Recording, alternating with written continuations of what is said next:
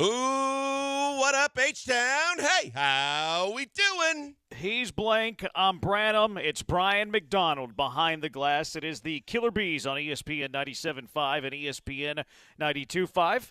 How you guys doing today? You guys all right? Beautiful day in the neighborhood, I'll say that. Yeah, it's a little warm for me. It's kind of hot. I don't disagree with that. It went from one extreme to the other very quickly, and a happy medium would have been nice, but it's beautiful. I feel like it's going to be 100 degrees before we know it. Yeah. I have to mow the grass. This like, is my too grass hot is for you? long. How soft are you, Jeremy? It's not a matter of being soft. It's a matter of being comfortable. It's pretty soft if you think this is too hot. What is it? It's like It's warm. 75? Whenever you're in the sun, it feels like 80. No, they said we're breaking 80 today.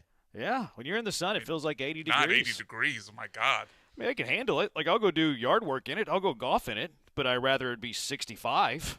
Like, there's a difference. There's a difference between being soft and then saying it's, hotter than you would like. I'm good with hotter 80s. Than your comfort level. I would appreciate a gradual change. Here it seems like it's high 30s and low 40s in the mornings one day, and the next day it's 65 in the morning. Yeah. I was getting ready to put a jacket on this morning going, oh, guess not. Nope. I had the heater on 2 days ago, and then I had the AC on yesterday. It's one of those things. Anyways, we're a sports show. The Kansas City Chiefs, they won the Super Bowl. Brian thinks that Yahoo made a lazy, fraudulent list of teams that are capable of upending the Kansas City Chiefs. But, of course, making it from a local point of view before we take a look at the teams that they think could upend the Kansas City Chiefs, what are the chances the Texans can? It depends on what your time frame is. I think the Texans eventually are going to get there. There's no doubt about it. I believe that they are on the right path to compete with the Kansas City Chiefs. Do I think it's going to be next year? I don't. I think that a lot remains in the balance with what they do with the draft and for free agency. But at the same time, I think that's a pretty big leap for this team from what they did last year to this year, considering that they went from a super soft Stay Puft Marshmallow schedule to a tough first place schedule. So I think that they are on the path to do that in the next 2 years. I don't know. Me personally, I don't think it's going to be next season. I think it could be next season, but there's three, critical question marks they have to answer. They have to answer the question of how they replace Stevie Nelson, assuming that he's gone, how they get that second cornerback, especially going up against Patrick Mahomes, what they do with Jonathan Grenard or the pass rusher that replaces him, and then shoring up the offensive line, which also then helps improve the running game and protect C.J. Stroud. They answered those three things favorably, and I think they could be the team to do it as quickly as next year. Easier said than done. Definitely easier said than done. You have to hit on a lot of things. I think the Texans have positioned themselves to make those type of moves to where they're now in the mix of teams that can potentially upend Kansas City. I'm kind of on the fence in terms of, I know that schedule next year is really, really tough. At the same time, I think that C.J. Stroud going into his second year and with the team that they're going to build around him, I think is capable of handling a tough schedule. I'm not talking about going on a 15-2 type of year, but I could see him going 10-7 and winning the AFC South, even though that schedule's tough. Like, that's, 60%, Yeah. And I think that they're capable of doing that. Now, the offseason's critical, and, that's what's fun about this offseason is that the Texans are good again. We didn't care about free agency last year. I'm sorry, I just didn't. And maybe I should have because the Texans were better than I thought, but I was tired of the Rex Burkheads. I'm tired. Blake Cashman had a good year, but it's Blake Cashman, this journeyman guy. And quite frankly, I don't think Caserio, as the general manager of the Houston Texans, has went into an offseason saying, let me build a playoff caliber team. I think that they beat expectations by a year. I don't think they expected to be a playoff team. And they'll say the right things, the process. It's about, the process, not the result. It's one day at a time. And that's how you should handle it. If you're a GM and a coach, you build the best roster that you can. As a coach, you're developing the players every single day. They can't afford to look at, okay, I think we're going to go 10-7 this year. That's for us. That's for fans to do. Coaches are just living day by day trying to get the most out of their team. General manager is a little bit different because you have to build for the future and build a roster. I don't think Caserio's actions last year in free agency were, I'm going to build a playoff team. Nor do I think they should have been. He shouldn't have been thinking like that. I think that they're ahead of schedule. I think Caserio, his deepest, thoughts, if you gave him truth serum, maybe gave him a carb or two, he would tell you that, probably a year ahead of schedule. So this will be the first year. Nick Caserio's career, like his entire career, because this is his first GM job. This is going to be the first time in Nick Caserio's career where he's looking at free agency trying to add to a playoff team. And that's exciting. That's what makes the offseason exciting for me in free agency, which is just around the corner. I think the Texans are capable of doing it. I would put it at like a 25% chance next year. I think you're onto something, Blankers, with the timeline. Like, okay, you stack it. You had a really good year this year. Stack it next year. Stack it the year after that. Stack it the year after that. Continue to build this team that can go toe-to-toe with, quite frankly, a dynasty in the NFL. Like, this is one of the better dynasties we've seen in NFL history. Top 5, probably. So this is punching up. This is a big task to do. But I think the Texans are moving in the right way. Yeah, here's the thing, too, Jeremy, that I was thinking about when you were talking, and that is there's 2 different ways to answer that question. You're going to play the Chiefs in the regular season, so you're going to play the Ravens. So are you going to play, are you going to play up to their level in the regular season, or are you going to play up to their level in the playoffs? Because it's 2 different things. And the Ravens beat you both times. They did it in both ways last year, and so that's one of the targets as well. It's the Chiefs, it's the Ravens who had the best record in football, and it's the way you go about your business.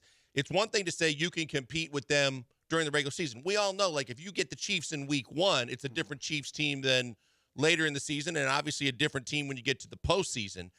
And what you want is a team that consistently takes its entire level of play to where they can compete with them in the regular season, and they're capable of taking it to another level in the playoffs as well. Yeah, I mean, I think it's kind of similar. I think they're kind of the same conversations. Like, you're capable of beating that team. I know that it's a bigger stage once you get into the playoffs, and you're going to be graded a lot more about, how you do in the playoffs versus just beating those teams in the regular season. But I think if you're capable of beating, a fully healthy Baltimore, a fully healthy Cincinnati, a fully healthy Buffalo, I think that you're a contender.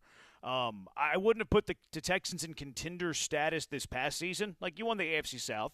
You won a playoff game. That's a great year. Great year. Not selling the Texans short at all. They weren't on Kansas City's level. They weren't on Baltimore's level last year. So they have to take that step up. I don't think Baltimore was on Kansas City's level, even though it's a pretty close game. But Kansas City has the titles. I'm curious if Lamar ever is going to get one. Same thing with, like, Josh Allen in Buffalo. So I have faith in CJ, that CJ can be the second best quarterback in the AFC as soon as next year. It sounds crazy, but I believe that. And if you have the second best quarterback in the AFC, I think that gives you a better shot over anyone else to dethrone Kansas City. It does, but at the same time, we're talking about, and you're right, the biggest thing that I think we're on the same page with is this is a hypercritical offseason no matter what, because you're not trying to add the kind of guys that even you added a year ago, where you were adding Blake Cashmans and Singletaries and Dalton Schultzes. You're looking to make the kind of significant adds with the draft and then who you bring in and who you choose to let go to take this entire team to the next level so that you can compete on that level, because everybody has to bring it to another level. CJ's capable, and we know he probably will, and he's going to get better and better. But when you look at the rest of the guys on this roster, and especially when you look away from the receivers and look away from the majority, a couple of your offensive linemen, you're looking at it and you're going, okay, how much better can we get? We know D'Amico wants to improve the running game and the defensive line. In order to do that, it's going to take some work, and you're going to have to do some things, and maybe with the cap too as well, to get a little creative to make sure that you're capable of doing that. So it's not just CJ being the second best quarterback in the AFC. It's having a roster that's going to step up as well so that he has plenty to work with, and D'Amico's got what he needs on the defensive side so that they can do that. I don't think that you should be building a roster with another team in mind. I feel like that's kind of like a loser's mentality. Like, okay, we're going to build our 53-man roster based on another team being really good. I think it's a loser mentality. I also think it's kind of silly. You might not ever face that team. Like, to me, it doesn't make any sense. And no, you're not saying that. Right. But, and it was kind of preluding to the point I'm trying to make, or the question I'm going to ask. What gives you the best chance to beat Kansas City? Because, like, that the Texans have somewhere between $57 to $65 million, whatever the salary cap ends up at. Maybe you can add a little bit to that based on some cap casualties that are out there. Some other stations are getting around to having that conversation that we had 2 weeks ago. So, like, maybe you can create a little bit more money. But what's the best way to attack Kansas City? Like, should you build this mega offense? Like we had the Mike Evans. What's your threshold for him? Saquon Barkley's name's been in the mix. These running backs have been in the mix. Is that the better route, or is the better route to go with a defense that probably is not going to stop a Mahomes, but that gives you a better chance to slow him down as opposed to just trying to win a shootout? Yeah, I think the way you got to look at it, you're right, with the mentality of saying, I'm looking at the top echelon of teams in my conference, let alone the top echelon teams in the NFL. But just because you got to get out of your conference to do anything against the NFC anyway. But I'm looking at Baltimore, who beat you twice. I'm looking at Kansas City, who wasn't great all year, but really, obviously, late in the season. Disagree completely. What? That Kansas City wasn't great. I think Kansas City was great. They had the second best defense in the NFL. I don't think as a team they were great until the last 5-6 weeks of the regular season, and then just kept the train moving down the track at a very high rate of speed. They took their lumps. They even said that if they don't get their ass handed to them by the Raiders, that was the wake up call that they needed. And without that Andy Reid, he had some concerns about his team, and they got that slap in the face, and they flipped that switch, and they were capable of doing what a lot of teams can't do. That obviously starts with the greatest quarterback on the planet right now, but you've got Travis Kelce. You've got that defense you're talking about. They went 11-6. They went 11-6, but there was a time towards the middle of that season where everybody was scratching their temple, going, "The Chiefs look like they're offensively." Right, like that's but that's part of the team, though. Yeah, right. But I think, one, they were complacent. Two, we have this misnomer because they're not clicking offensively that they weren't a great team. Like, they had the second best defense in the NFL and had the offensive players that you're talking about. There wasn't one point of the season where I was like, Kansas City's not capable of being great. Not one point of the season I thought that. I kept riding with them, but I was taking lumps on when we were doing BZ Money and stuff, because they weren't the team we thought they were going to be. The receivers weren't who they thought they were going to be. They did do enough. They came into their own. Rice came up. Kelce struggled mightily for a few weeks and then came back and bounced back. But there were some serious questions about that team, and it looked like a team that wasn't one of the most dominant. I feel like you're lumping in the defense with that. Like there was never questions about the defense wasn't where it was rated.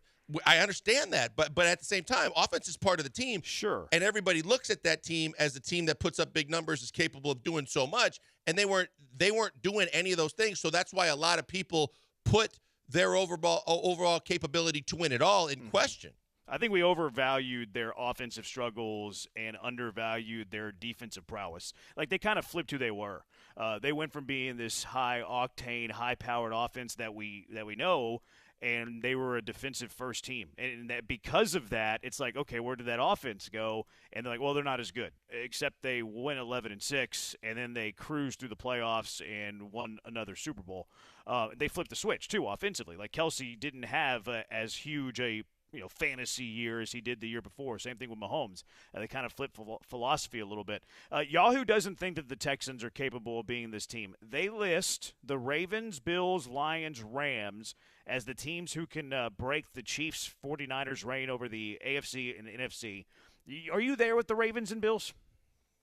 Look, I think the Ravens could make a couple of tweaks, and with the team that they have and as dominant as they were in the regular season, I think the Ravens are fully capable of competing with the Chiefs, and that was a good football game to watch. I want to say that we're two evenly matched teams, but because I think that the Chiefs' offense at that point was better than what the Ravens' offense looked like and where they were. I think the defenses were very similar in a lot of ways, but I think that if you give Lamar, a couple more weapons in free agency this year, I think that team is capable of competing with the Chiefs.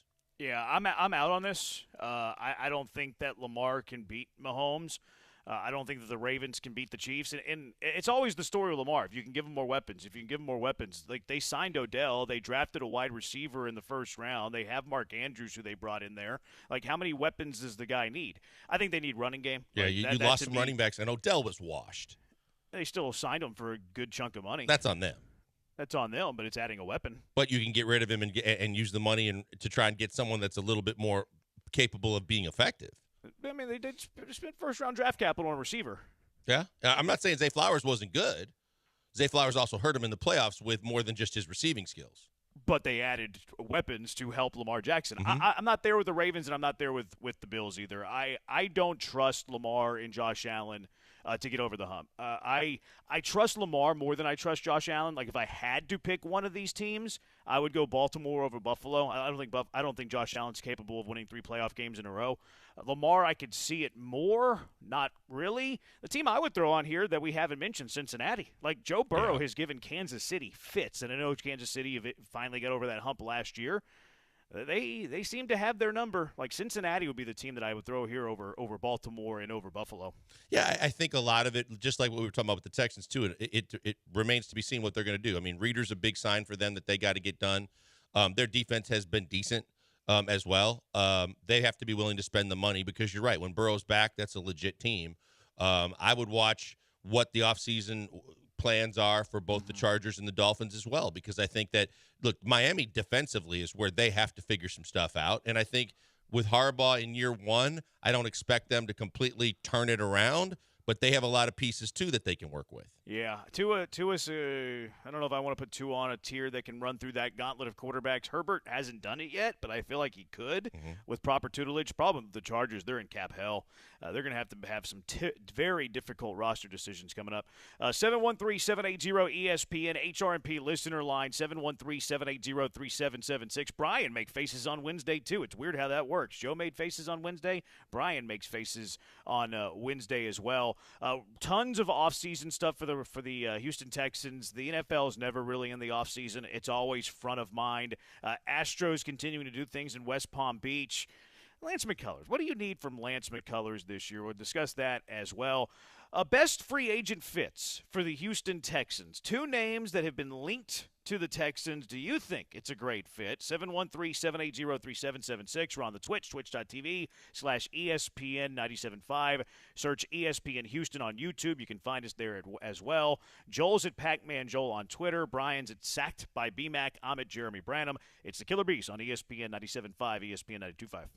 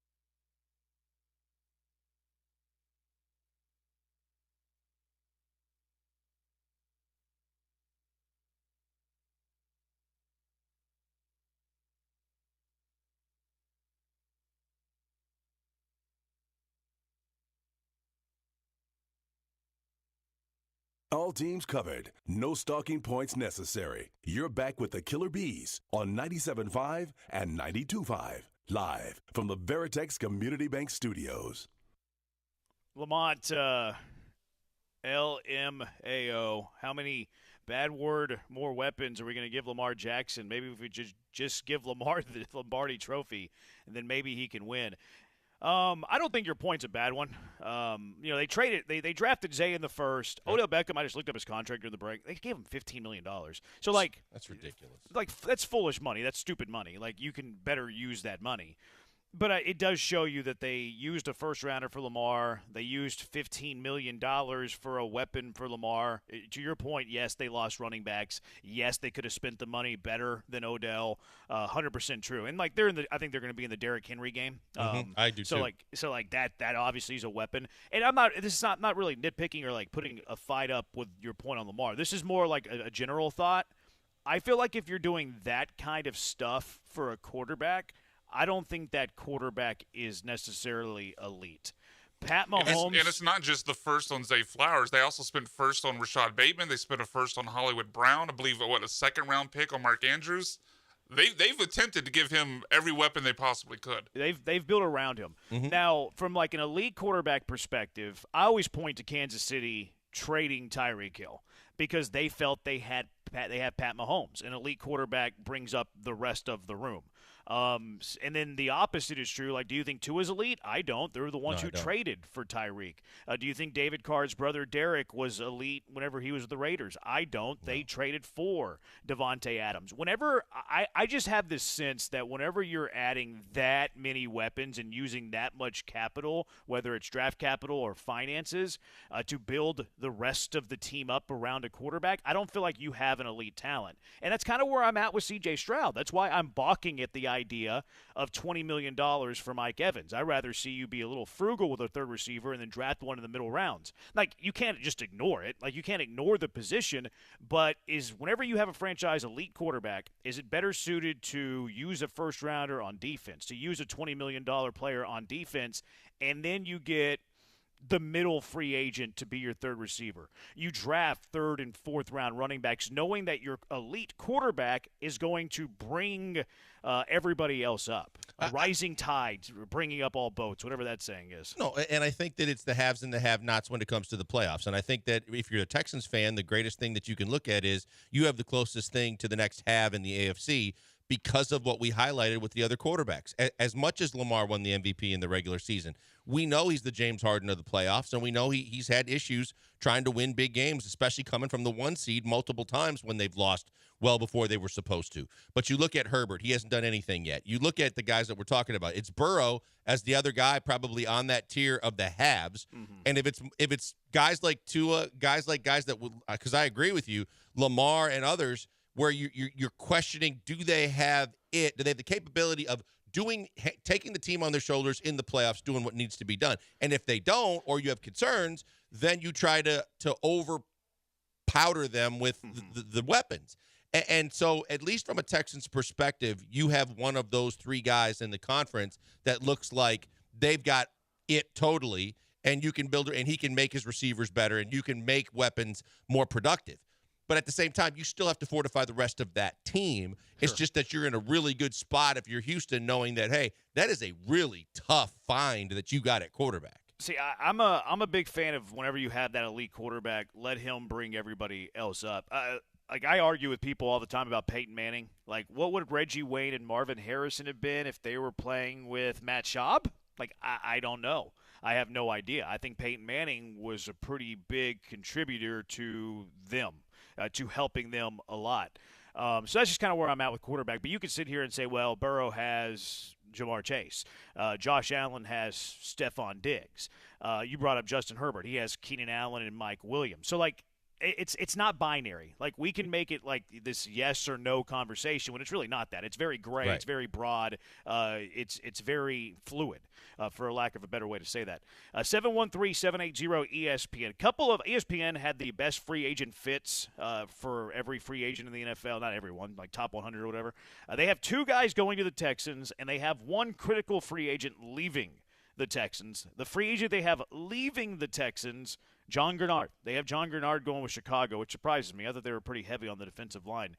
But John Grenard leaves Houston, and then the two fits that they like in Houston, Dalton Schultz stays. We talked yesterday, is it better to give him that franchise tag at $12 million or give him a multi-year deal at 10 or 11? I don't know. And then the second option that they had, Saquon Barkley to the Houston Texans. See, if you're looking to take that step up to compete at the very top of the conference, that would be one of the guys that gives CJ more balance in the running game. That would be exciting. That would be a really, really good pickup for them. Depends on the price, as I always say.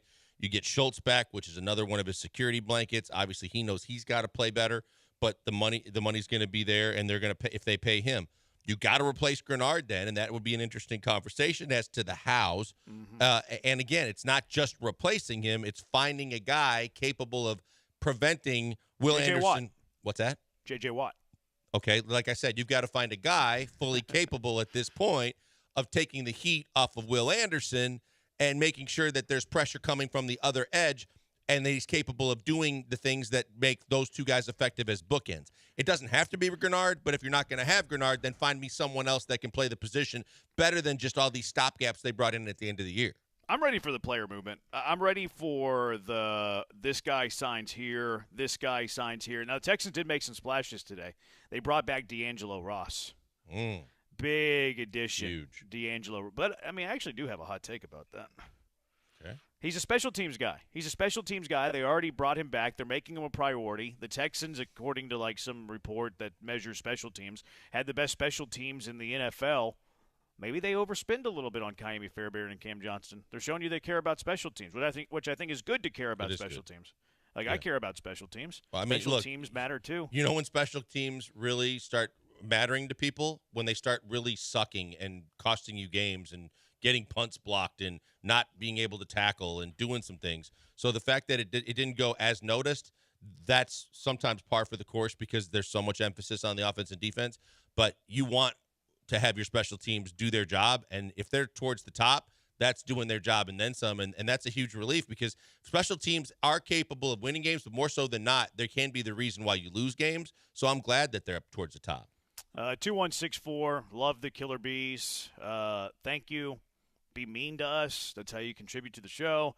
8863, Nico eventually developed. So could Hutch, hopefully faster. Could we already have that third guy in Xavier Hutchinson? I like what Hutchinson brings to the table. I think he does need to make improvements and progress, and he's got some work to do. I'm not going to rely on him to replace Robert Woods and or Noah Brown and be that guy next season. I think he's going to be in the receiver room. I think he has a ton of upside. I just don't know if he's ready to be a really important cog next season. I think that Hutchinson and Mechie are both intriguing prospects and can help you. Like, I think they can help you a little bit next year, and I think by the time their contract is up, they can be very helpful. I'm not sure I'm ever going to say that either one's going to be a top 2, top 3 guy, but I like going into next year with Hutchinson as my number 5 and Mechie's my number 6, and that's interchangeable. It doesn't matter which one's 5, doesn't matter which one's 6. Mechie and Hutchinson is my 5-6 I'm comfortable with. I'm comfortable with Nico and Tank as my 1-2. It's about getting that 3-4. Right. That's why I'm a fan of like Curtis Samuel as my 3. Third, fourth round rookie receiver as my 4. Let those two guys battle it out. Like, I like that room a lot. Now, you could argue with me that it doesn't have the leadership and that's where Robert Woods comes into play. I'll trade talent. I'll trade leadership for talent. Give me talent over leadership. And I'm not devaluing leadership. I think it matters, but I think talent matters more. And hopefully Curtis Samuel's not like a jerk, and he can be a little bit of a leader as well. But I like that receiver room. That's why I'm not spending $20 million on Evans. That's why I'm not drafting a receiver in the first round. I believe in Stroud, and I like the sound of that 6-man room. No, and you and I are on the same page in the fact that we don't think that you need to spend $20+ million on a wide receiver because of the combination of CJ making receivers better and the fact you got 2 guys in the room and 2 other guys that have a ton of talent that could upgrade the room before you do anything in the draft or in free agency, so you don't have to overspend. But I'd also like to see those 2 guys, Mechie and Hutchinson, I'd like to see those guys spend this entire offseason trying to figure out how they can elevate themselves and elevate the team in the process by becoming better. I think from the hands perspective with Hutchinson, it's got to get better. I understand John Mechie had to get healthy first and foremost, but he played the majority of the regular season now. So now it's about can I get back to Alabama John Mechie, but can I be more of a factor than, with this in the NFL by doing things that I have to do better on a game-by-game basis? Next year matters to him a lot. What's that? Next year's huge for him. It's huge. It's massive. This year was the first year coming off cancer. Like, that's a challenge. That's tough. But if he gets now that hopefully and seemingly he's healthy off the field, you would hope that he spends this entire offseason now getting John Mechie, the football player, back to where he was when he came out of Alabama. And you look at a guy that really could make an impact on this team because we've seen it at the highest level of college football. Yeah. See, that's why I think he's going to help you at some point. Maybe not to a starter level, but can help. I think he helped you a couple times late in the season. He did, which was promising. Now give him a full offseason where he's focusing 100% on football. Like I'm excited with Mechie as a prospect. I don't want him to be one of my top 4 receivers. See, like Hutchinson said, I like his size. I like I like the attributes he brings to the table. But now show me you can go catch the football and show me you can, tighten up your routes and you can be the guy that CJ needs you to be. Not just what you look good. You look good on film and you look good, in measurements. Now go out there and show us that you look good when you play NFL football. I thought he looked good. There were he just moments. Didn't get many opportunities. Right, there are moments, but if he's going to be a more integral part of the receiver room, then he's got to up his game. I think it was more opportunity than failure, though. Like, he didn't do anything in games where I was like, this guy's a bum. You know what I mean? And I think he was a bum, but I saw a couple of drops where I was like, you know what? Those are balls that those are catches you make in the NFL. 713-780-ESPN. You mentioned, okay, if Grenard leaves to Chicago, or wherever, it doesn't need to be Chicago. Grenard leaves, which I think is like 60% chance it's going to happen. How do you replace that? I was looking at some of these potential cap casualties around the NFL because we have a couple for the Texans, Robert Woods, Jimmy Ward, MJ Stewart. Like, those are guys that we think are possible to get cut for the Texans to save money. Well, other teams have to do the same thing, and other teams are in cap hell where the Texans are not. There are some very intriguing names that are potential cap casualties. I'm going to tell you who I like, run them by you. It's the Killer Bees on ESPN 97.5 and ESPN 92.5. I like basketball. You already know that. And if you're in the market for a basketball goal, you got to get a goal from Pro Dunk Hoops. Why? Well, they're the best. They're the best in the market. I walk around the neighborhood. I don't run anymore. Are you kidding me? Walking around the neighborhood, I see these old, crappy goals. They're bent. The rims are jacked up. The backboard's broken. Some of them are laying down completely. And like that doesn't look good for the neighborhood. I don't like that. I wish they would do something about that. I wish they would get a goal from Pro Dunk. Pro Dunk's goals are fantastic. They probably bring up the property value of the house anyways. The highest quality basketball goals you'll find. It's unlike anything you'll find in the big box stores, those cheap goals you find there. No, these are the goals from Pro Dunk, the best on the planet. Tempered glass backboard, stainless steel hardware. It's rust proof. You have to have that in Houston.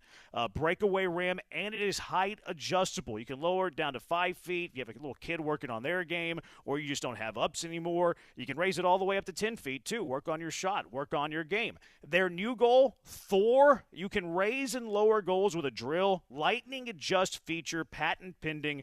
You can lower it to 5, raise it to 10, anywhere in between in a matter of seconds. 10 seconds, all it takes. It's fun to do. It's easy to do. It's idiot-proof for guys like me. Their accessories are next level, too. LED light kits for night play. You work. Kids go to school. Only time you have to play is in the evening when the sun goes down. Well, with LED light kits, you don't have to worry about that anymore. Backstop nets, you don't have to chase the basketball around, pull pad lettering, a lot of customizable things you can do, and lots more. You can order everything online, including professional installation. You're not good with a level. You're not good with a ladder. You don't have to worry about it. Get a goal from Pro Dunk. They'll professionally install your goal at the perfect height, perfectly straight. You don't lift a finger. Let the pros at Pro Dunk do all of the work for you. Call now, 281-351-9822. Get the highest quality basketball goal on the market, 281-351-9822, or visit produnk.com. That's produnk.com.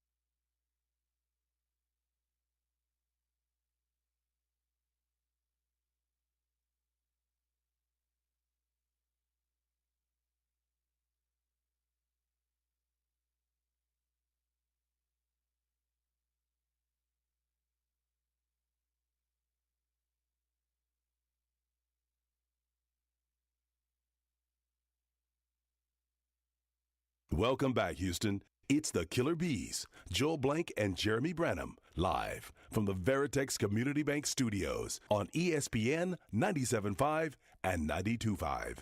0997 linebackers, what the Texans should look at. 0367 cornerbacks. Give me some corners. They're going to have to probably. Yeah.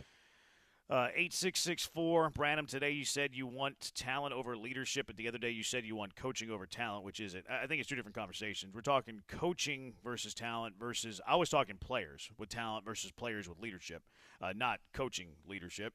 I'll take coaching in basketball, in football. I'll take talent over coaching in professional baseball. But if I'm talking about specifically the player, give me the player that has more talent over the player that has more leadership. Oh, for sure.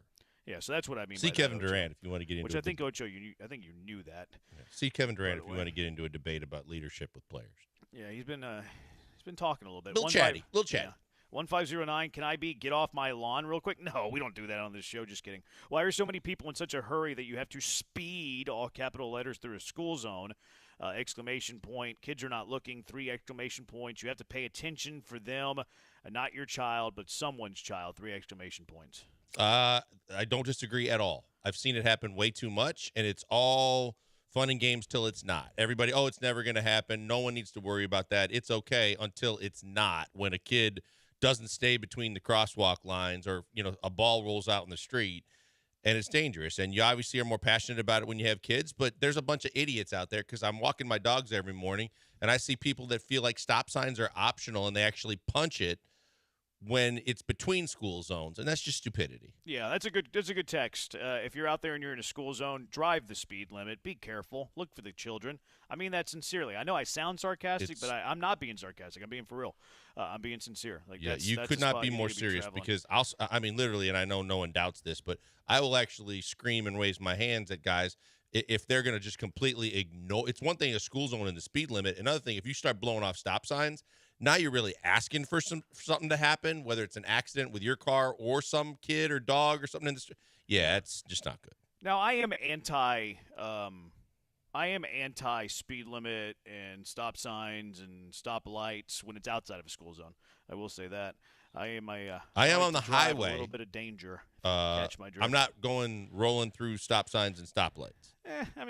You don't need to completely stop if there's no one else around. If you have a little bit of awareness and you realize that's there's the no key. one else around, you can The little bit of California awareness gets thrown for a loop with people on their phones and looking at other things, and then still punching the gas pedal. Just pay a little bit of attention. So a couple of places where I saw some cap casualties around the NFL. Like there's some teams that are in tough shape. Chargers are going to have to get rid of some money, do tons of restructures. The Saints for many years were punting on the salary cap to the point where people are like, well, salary cap's not real. Well, okay, well watch what they do this offseason and tell me the salary cap's not real. Now you can punt, you can kick the can down the road where you don't have to worry about it for a couple of years with these restructures and things like that. But here are some names that I like as potential cap casualties. First one, Tyus Bowser, go Cougs. Didn't play a game for the Ravens. I think he's somebody who can get to the quarterback. I don't really know how he fits in with the D'Amico wide 9 scheme. I would think he would have to have his hand on the ground, which he wasn't doing in Baltimore. Maybe it's not a scheme fit, but he's a Cougar, and I want him in Houston. Bring him home. How about Nick Chubb?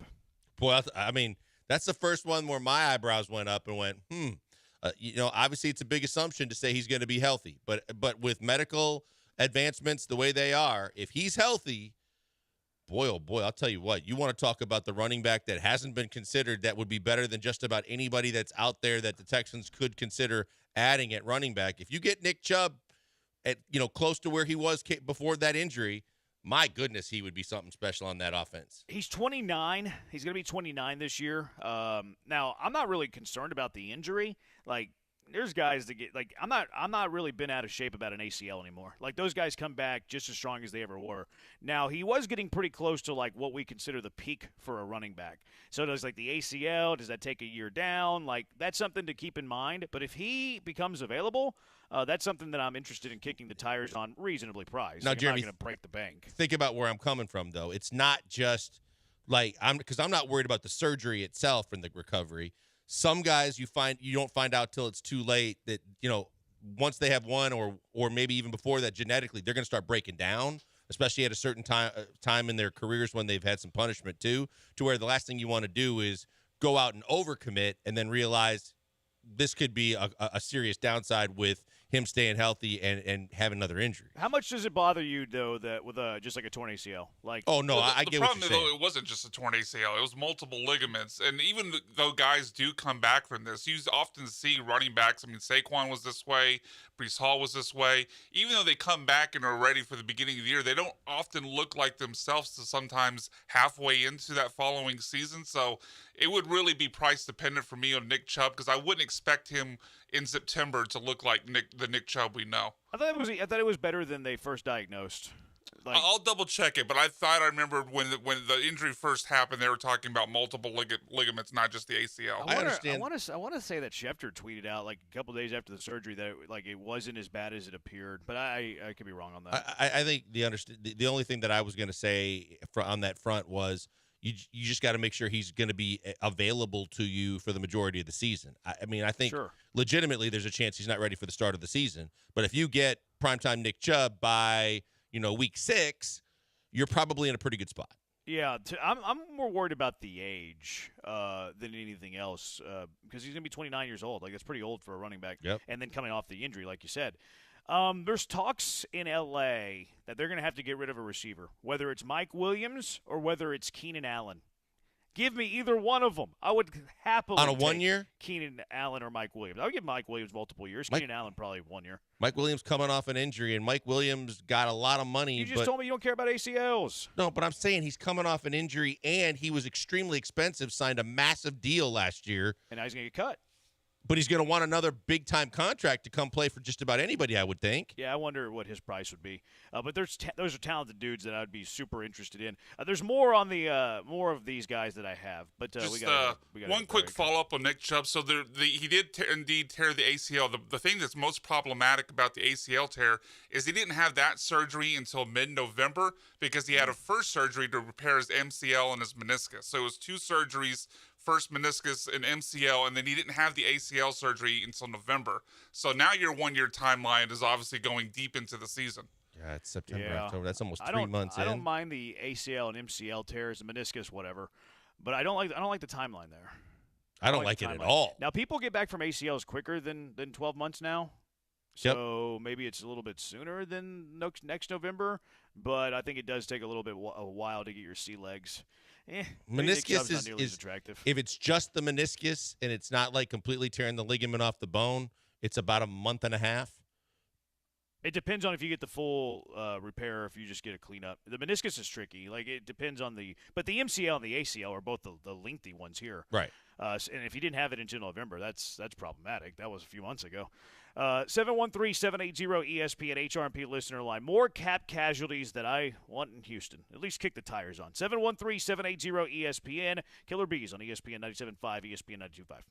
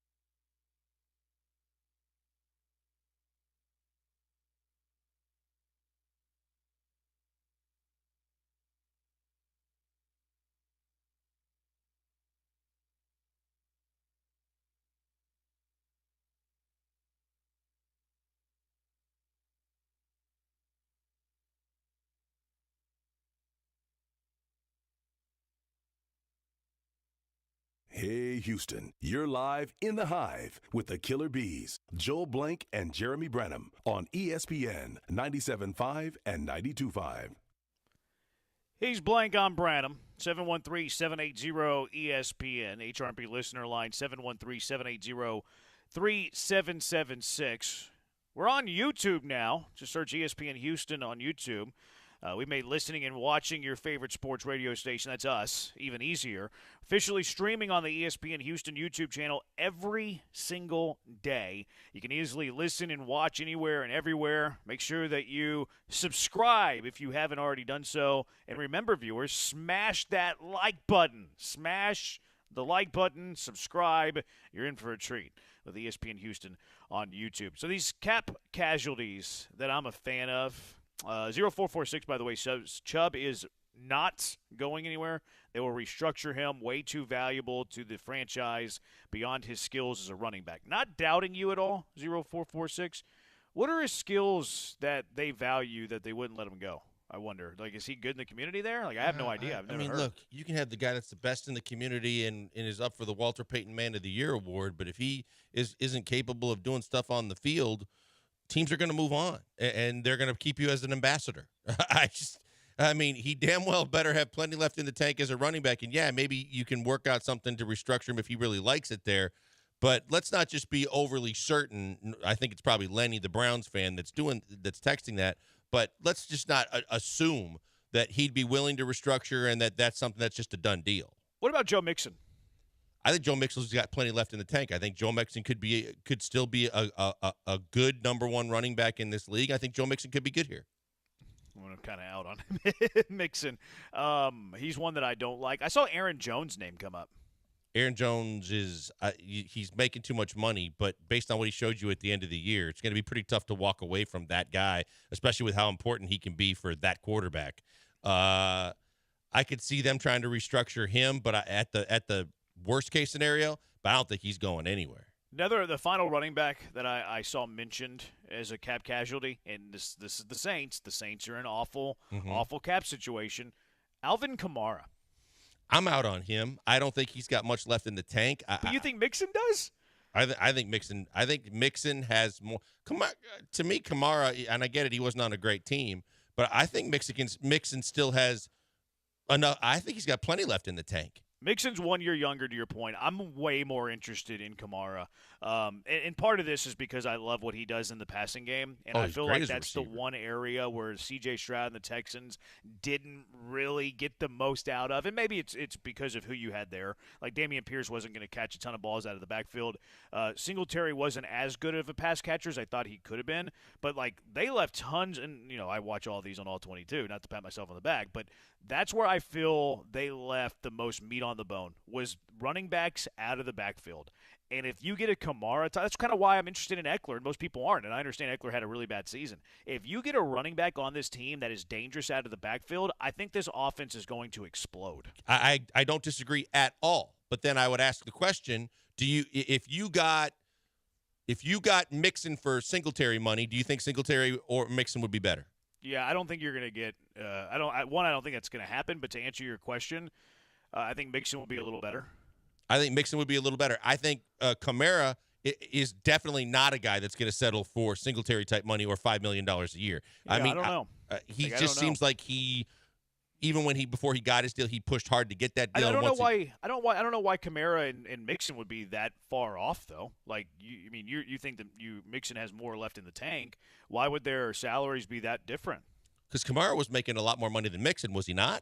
Yeah, I'm not sure what their salaries were, but I don't know, like, if that matters. Like, it's the value of when they're in free agency. Like, it doesn't matter what they used to make. It matters what somebody's willing to pay them. That's true, but I think that if you get a taste of it and you've been making money at a certain level for a certain period of time, the expectation is you're going to make something close to that. But what if nobody pays you that? Well, then you have to choose if you want to keep playing football.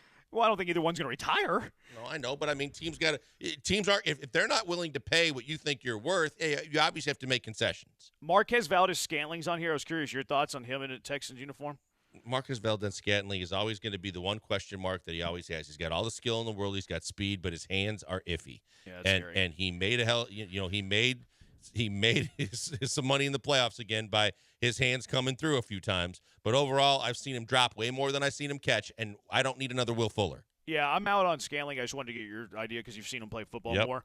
We mentioned Mike Williams there a little bit. Another receiver that is mentioned, Hunter Renfrow. I love it. Really good defense in right field. He's got a really strong arm. I'm really intrigued by Hunter Renfrow. He was misused the last year to 2 years with the Raiders, but before that, he was tough. He made catches in the slot. His hands, even blocking. I would love to look at Hunter Renfrow. Yeah, he caught 103 passes in 21. I was a big fan of his that year. I wonder about his electricity, though. I did, and I probably had too much of him in the year after when he was a bust. I wonder about his electricity, though. Like, he can catch the football, really good possession receiver, and this is me throwing out white stereotypes. But, I mean, I've seen him play a good amount. Like, he's not that burner that's going to create tons of space. He's just going to be that guy when you need 4 yards on a 3rd and 3. He's going to be there for the catch. But then whenever you need 5 yards on a 3rd and 5, he's going to be there for 4 yards. We'll see. I think that if he replaces Robert Woods, I'd take it. Yeah. I mean, if he's that third receiver type, I mean, he's good in the slot. Tank and Nico played more outside than slot. I wouldn't be upset if he's your number 3 receiver. It wouldn't be my favorite target because I think he does lack a little bit of athleticism. Now makes up for it in his route running in his hands, but I think this is an offense that wants to create separation, and I don't know if he's that guy. 713-780-ESPN. Let's go out to the HRP listener line for Andy in downtown. What's up, Andy in downtown? Hey, I love what you guys are talking about running back. They've got Jacobs and Barkley and Derrick Henry at $10 million a year or more. I'm thinking I'll take Singletary for about $5 million and go get me an Eckler or a Devontae Smith for about 6 or 7. I'll take 2 of them at 12 instead of one of those other running backs at 10 or 11. Yeah. I think you meant DeAndre Swift, Devontae Smith, the receiver from Philly. I think you meant DeAndre Swift. If you're getting DeAndre Swift, if you're getting the wide receiver Smith, you're getting a hell of a deal. I agree with him, though. Like, I think, and that's why I'm intrigued by the cap casualty market, because I don't think these cap casualty guys, they've been paid, they've gotten some guaranteed money, they've gotten some signing bonuses. I think they could come cheaper. Like maybe a Kamara, and I don't like Mixon as much as you do, but maybe a Kamara and Mixon, they come in at $6-7 million, as opposed to like a Barkley, Josh Jacobs at 10 and 11.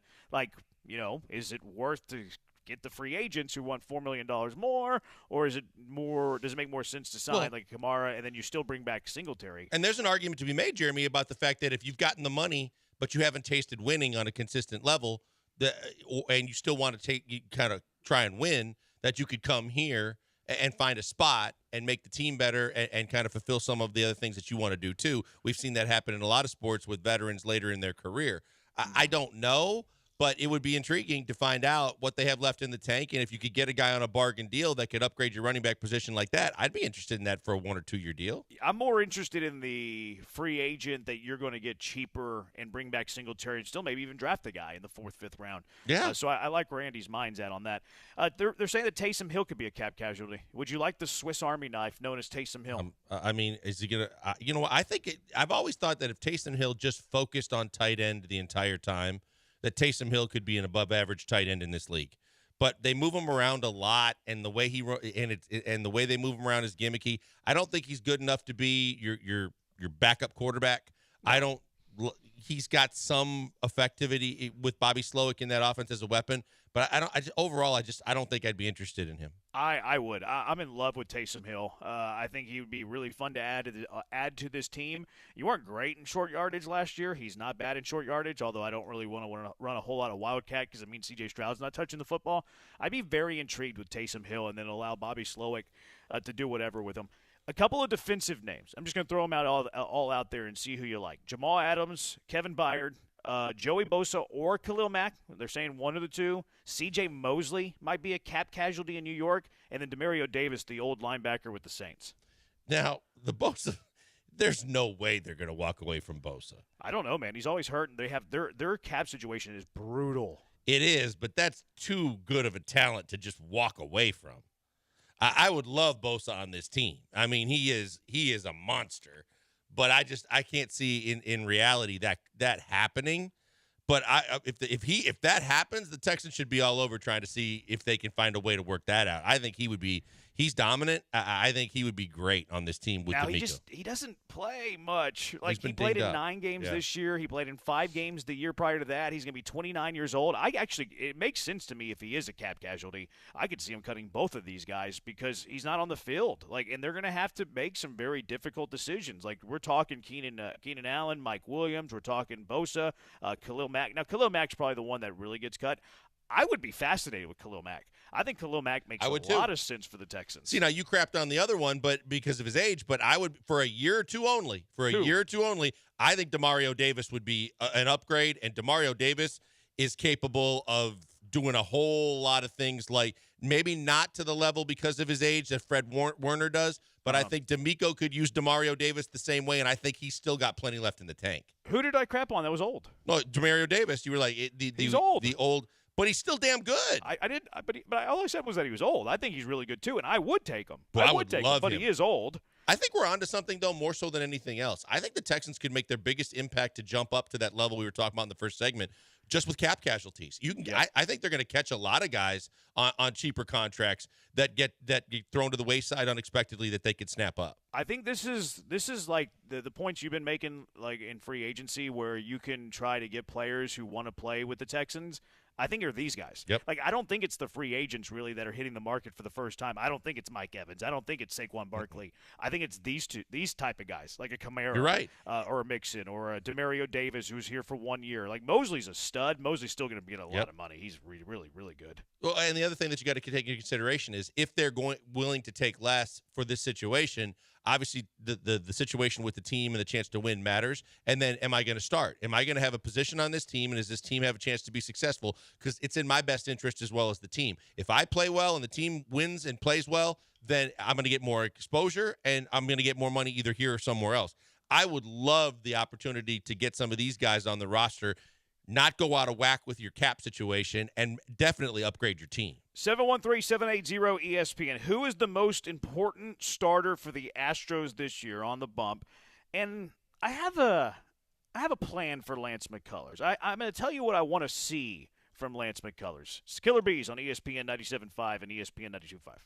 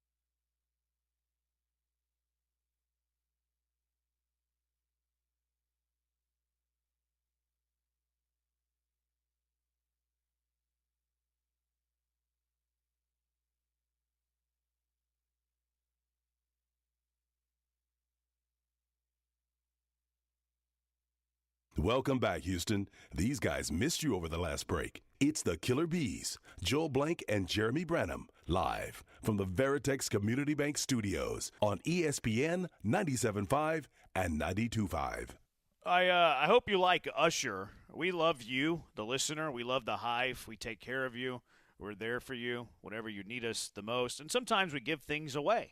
A little bit later, don't call now. Don't call now. A little bit later, we're going to give away some tickets to go see Usher. Well. We're not going to just give it to some random caller. You got to know Usher. We want to give it to people who know and like Usher. I don't give it to some random that's going to put it on the secondary market. We want to give it to somebody who is interested and has interest in seeing Usher. Yeah, So we're going to give it away a little later.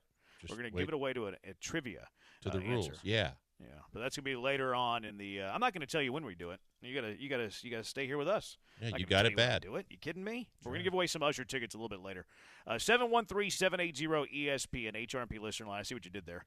713-780-3776. Who is the most important Astro starter? Get to that in 2 minutes. Here's what I want from Lance McCullers. Like, he's been talking a little bit about a timeline. He was doing the Houston Sports Awards. Hopefully he didn't break a nail or anything. He said, I know it's never really good to put dates on things, but I would like to be back or really close to being back by July. He said he's probably 6 months before you have to worry about it, blah, blah, blah, blah.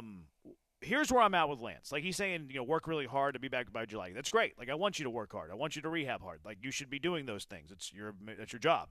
And I'm not as, scorned with McCullers as some. Like, his contract's brutal, and we hate McCullers because he's not on the mound. Like, he's been unlucky. Like, is he injury-prone? Yeah. A little soft? Yeah, probably. But he's been unlucky. Like, I don't dislike Lance McCullers. We have fun at his expense, but I don't dislike Lance McCullers. Here's what I want from Lance. Just be back by August. Just be back by August. That's all I need. The Astros are a playoff team. I said the other day I think they're going to run away with the American League West. Be back by August. That way you get X amount of games to get you fresh and ready to go for the postseason. That's all I need this year from Lance McCullers. Back by August, get a few games under your belt, and we're good to go. You know why I'm chuckling? Because this is exactly the conversation that we had a year and a half ago. But he's got it fixed. He had the surgery. Let's hope so. But and you know how passionate I was about how long it took to finally get that surgery. I agree with you. I was going to say anywhere between the All-Star break and the start of August, you can get him back and expect to kind of boost your entire rotation if he has anything close to left what he had prior to getting hurt. He's got above average stuff. We've highlighted that. You're right. He's not expensive. It's just that he's expensive if he doesn't pitch at all. But if you can get him back, add him to your rotation, and know you are going to have the cavalry start showing up at different times to continue to bolster your team, I hope to hell you're right. I hope they run away with this division. I'm a little bit more skeptical and concerned than you are about the fact that there are going to be some teams that are going to be nipping at their heels to where it's not going to be a cushy comfort ride the entire year. And let's not forget the Rangers are going to get back to Grom at some point, and they're going to get Scherzer back at some point. So we know that that offense can hunt. I just feel like Lance to this team is most effective, much like anybody else. This is the Brantley conversation of a year ago, too. I don't need you back by opening day. I just need you back when it matters most. And if it matters most as you go down the stretch, whether it's because you are in a dogfight or because you're preparing for the playoffs, knowing that with bigger and better things on the horizon to chase, that he is the kind of pitcher you need, it would be fantastic. That's where I'm at. Like, I'm not saying take your time, but do it right. And if it means you're back 2 weeks later, that's okay. I don't need you back by July. I understand you're eager, and that's good. I want you to be eager to be back. Yeah, look, relax, Jeremy. There's not going to be any kind of work stoppage that's going to delay his rehab. That's not going to give him the adequate personnel to get him on a reasonable time frame to get back when he needs to get back, there was before and multiple times. Yeah, but I mean, I'm optimistic that the surgery fixed the problem. The problem I'm saying, existed, remember he blamed it on the fact that before he was willing to admit he needed a second surgery, it was, well, now I'm set back because my regular rehab guys I wasn't allowed to use because it was part of the lockout. That was the lockout deal. Yeah. 713-780-ESPN. Who is the most important Astro starting pitcher this year?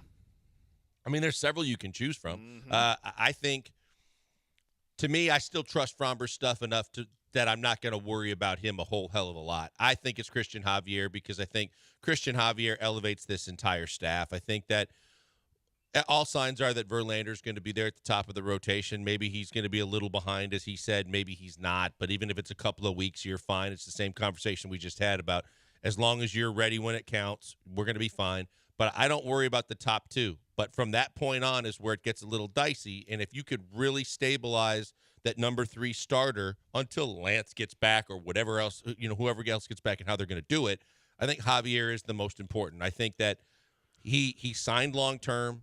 He's got the stuff that we know that translates to getting guys out.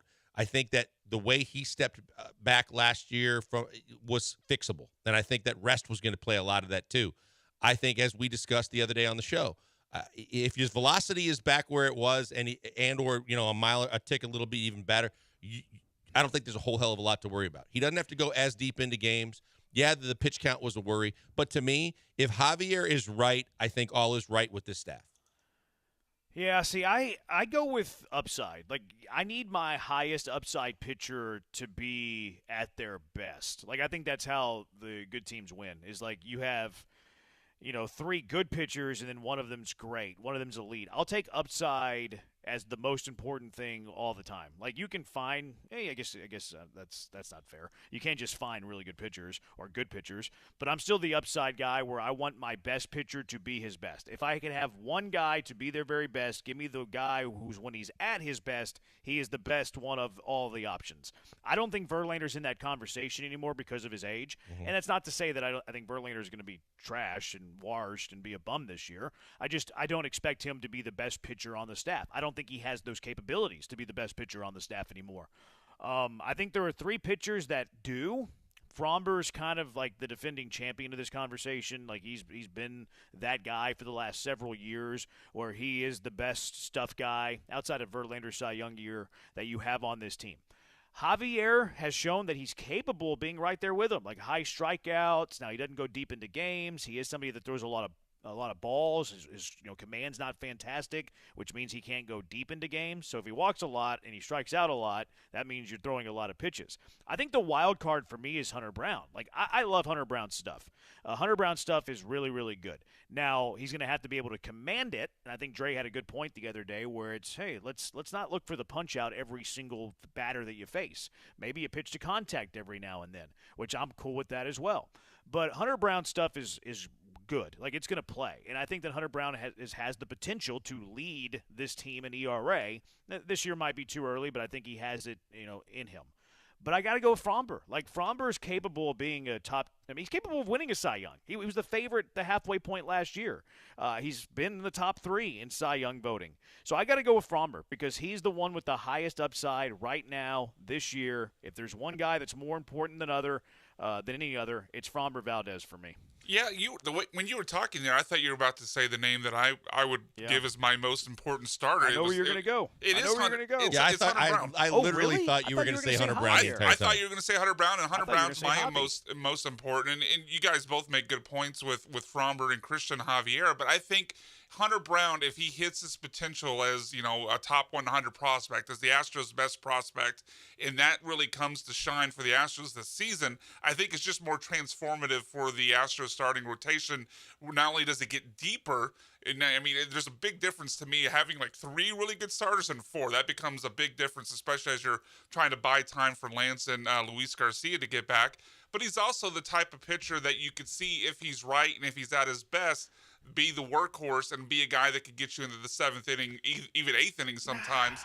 And that has a big impact to me. But you don't with the bullpen. You don't need it as much with the bullpen you have. Can't do that every night, though. 6 innings would be great. You can't do that every night, though. That's true. Yeah, 6 would be great. But at the same time, the top 3 guys in the rotation, why if Javier truly figures it out, the reason why I went that route is all 3 of those guys, they know how to pitch, and they know how to pitch in massively big situations, and they've been there, done that, and it's just, to me, it seems like it's more health. Sometimes with Fromber, it's more be mental health as well as his physical. I think that Javier, I think he was torched, and I think, and I think he's going to be fine.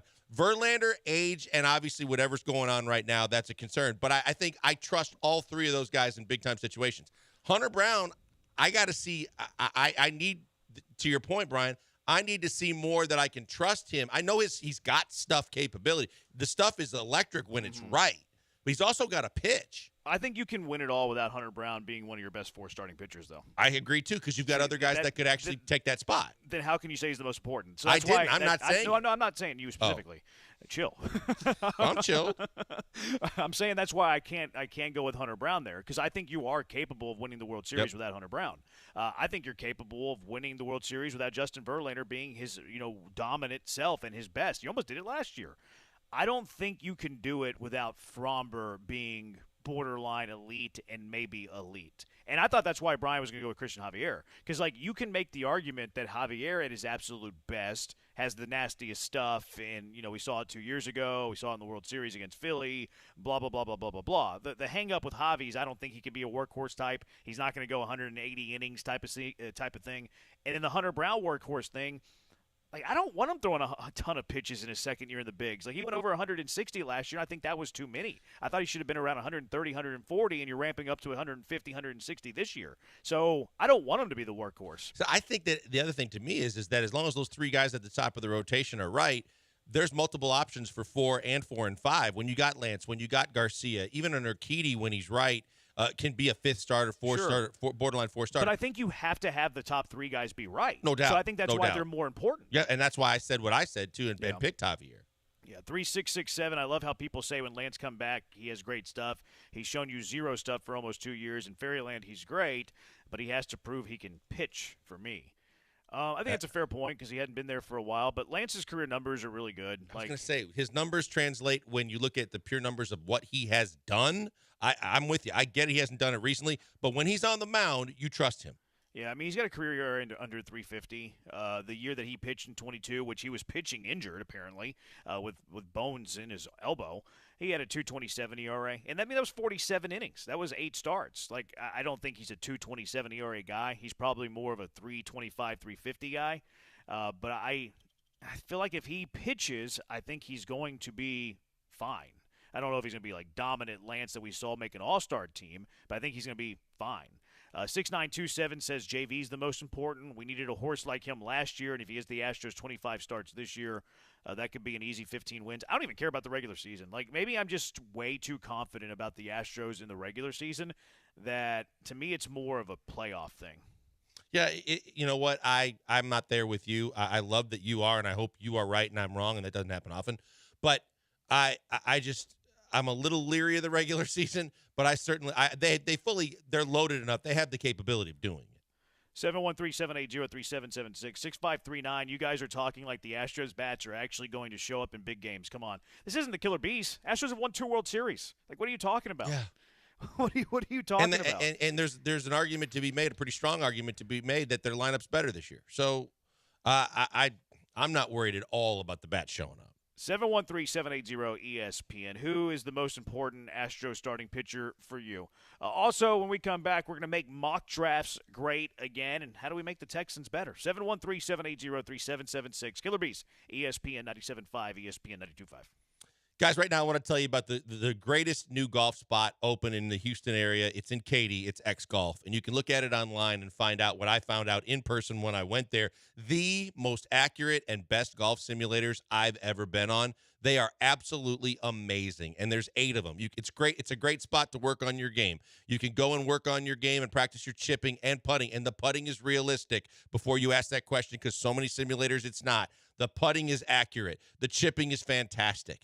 All the laser-focused ways of calculating all of the shot track, it's all there for you to judge distance and hit, and especially if it's raining outside, but even when it's not, or you want to hit balls at night, you can go there and really get a lot out of it. But it's also a fun place to just come with your friends or family. Hang out. It's like a sports bar and a great golf environment. You can work on your game. You can watch sports. You can enjoy the libations, and the environment is absolutely fantastic. We're going to be there this Friday. And you need to stop in and see us and then see X Golf. Because once you're there once, you are going to be hooked that is a spot where you can work on your game, and it's where true golf lovers are. You need to check it out today. Go to the website. Check out X Golf in Katy.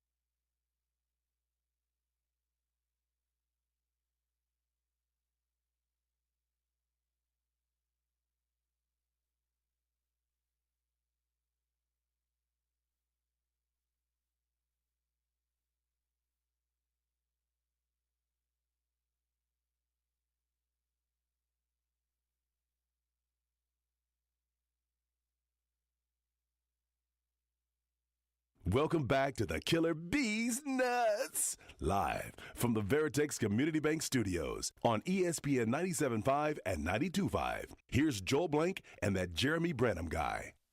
How old is Spencer Tillman? He's 59. You think Is he really? Yeah. You thought he was younger? I did. When was his heyday? Like the 70s? I don't No, remember. I'm kidding you. He was born in 64. You would think a 59-year-old would be a little more mature. You know? You would He's think a a little salty 59-year-old would be a little sometimes. bit more mature. I've never met him, so I don't know. Oh, really? Yeah. And we've talked a few times. I've told him what I think about him. 713-780-ESPN. Making mock drafts great again. The results from yesterday's mock draft, because now we're allowing the voters to take part in this. We're allowing you, the listener, to be a part of our show. You can go vote at Jeremy Branham. Yesterday we had a tight race yesterday with the four guys that we had up for vote: Brian Thomas, Tyler Guyton, Cooper DeJean, and Adonai Mitchell. Brian Thomas barely took the vote at 34.7%. Cooper DeJean, 33.6%. Brian Thomas edged him out. So Brian Thomas, a Houston Texan, according to the guys that you want. New one today, 713-780-3776. Today's mock draft, we're operating from Yahoo Sports. Their top five, I hadn't looked at this until just now. Number one, Chicago Bears select Drake May. Stop it. I will not stop it. It's what's on the list here. Their top pick is Drake May. Says, I think May or Williams are top-notch prizes for the draft. May has been my pick for the Bears for months now. Great combination of size, athleticism, and arm talent, worthy of the number one pick, with the Bears in a prime position to bolster the talent around him and hit the ground running. This is Nate Tice, Charles McDonald, that alternated picks. Nate Tice is the one who made this pick. First time I've seen it. Yeah, first time I've seen Nate Tice, too, and maybe Nate needs to do a little bit more I've heard of Nate work. Tice. I don't think that's the case at all. I think they're either going Caleb Williams or they're trading the pick. Is that because of what you've seen on tape, or is that because of what you've seen on mock drafts and betting? I think a combination. Because you haven't been that high on Williams? I haven't, to be honest, I haven't seen enough of Drake May, period. But I think that even with the question marks that now exist with Caleb Williams, I believe that in this quarterback class right now, as we're sitting here today, Caleb Williams is a half a notch above everybody else, every other quarterback in this draft. If the Bears are going quarterback, I just think there's only one choice for them, and it's Caleb Williams. Yeah. I mean, I'm with you. I was just curious where you're at with that. Mm-hmm. Number two, Washington, they do go Caleb Williams, so they get Cliff Kingsbury. Now they get Cliff Kingsbury. Cliff Kingsbury gets his quarterback. Now I think they're going to end up trading up to get him. Number three is Jaden Daniels, so it goes quarterback. Marvin Harrison goes 4, and then Alu Fashanu, the tackle from Penn State, goes number 5. Neighbors number 7, Rome Odunze number 8, Bowers goes number 9 to the Bears. J.J. McCarthy, the number 11 pick to Minnesota. And that's all the quarterbacks and intriguing names. Scrolling down to the Houston Texans, they had the Texans selecting Byron Murphy, defensive lineman from Texas. If that's the pick, Blankers and Brian, are you okay with that? Okay. Over the moon. Yeah, I'm absolutely ecstatic. I'm going, yes, sir, and I don't need another. Thank you very much, and that would be absolutely fantastic.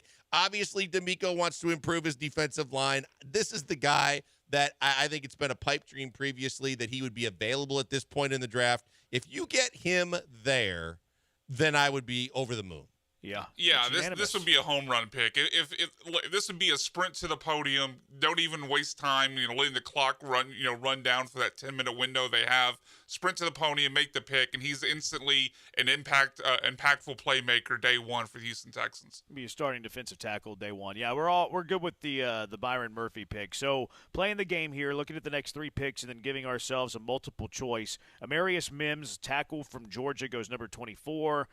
Tyler Guyton, tackle from Oklahoma, goes number 25, so we're not really going to draft those guys. And then number 26, Keon Coleman, the wide receiver from Florida State. A lot of people like him, some people don't. So pretty much comes down to 2 guys, I imagine, unless you guys want to draft tackle. Who would you take in this multiple choice between Murphy, Mims, Guyton, Coleman? This one's just a no-brainer. This is one of the easiest one we've done, and maybe it's because Yahoo Sports has become more of clickbait worthy than a lot of the in-depth. I just think that you stick with who if you have the chance right there to get a guy like Murphy and you know what it would do for this defense, and you know how much a defensive-minded head coach would love to have a guy like that, I'm not looking at anybody else. I'm not looking at I'm not looking at other positions that just add to what you already have, like offensive line and wide receiver. I am going directly, like Brian said, to the podium as fast as I can. Going, our defense just got better. Yeah, I'm kind of anti-receiver with this first-round pick for the Texans at number 23. Defensive tackle was a need, I think, and then D'Amico reassured us of that immediately after they were eliminated from the playoffs. So this is an easy one for me. Byron Murphy. It would be difficult for me not to pick Byron Murphy with a lot of the combinations that I think could potentially be here. So give me the Texas defensive tackle. Yeah, make it unanimous. I would pick Byron Murphy here, too. I'm not, as we talked about yesterday, I'm not against at all the idea of taking wide receiver, but Keon Coleman is not really a guy I'm in love with, and especially not over a bigger need and a better player overall to me in Byron Murphy. So Byron Murphy would be the easiest pick here of the four. Yeah, you're definitely more pro receiver than Blankers and I are at number 23. So I think that's good. That's good to have that balance. The early returns so far on this one, Byron Murphy, 65% of the early votes. So I have a pretty good idea of how this one's going to go. I thought the Longhorn we can fans fix the election. Yeah, I thought the Longhorn fans would come out of the woodwork for this one regardless, but this is a no-brainer. Yeah.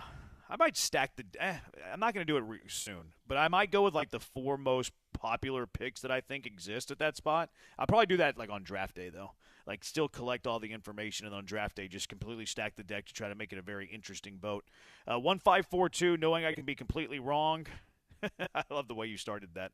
I truly believe Caleb Williams is a bust. Very immature and arrogant and not good in big games. Look, there is reason to have concern. I'm not going to go full-blown bust. There's reason to have concerns. You and I talked about this yesterday. All three of us did, about the fact that, I would felt a lot more like slam dunk worthy of the pick maybe, 6 months ago or a year ago. Mm-hmm. Right now, I think there's obviously some kind of, I wouldn't say character concerns, but just maturity concerns. But he can sling it. He is athletic.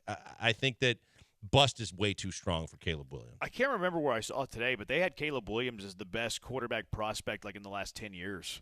Which is a bit much. But that was being said about him when he won the Heisman before he had the hiccups this year. Sure. I mean, what if it's not a bit much, though? You know what I mean? Yeah. And, like, Pat Mahomes wasn't a great Pat Mahomes is obviously a good prospect, but he slid to 10. Like, you wouldn't put him as, like, the best prospect coming out of college. Like, they had Trevor Lawrence as the number 2.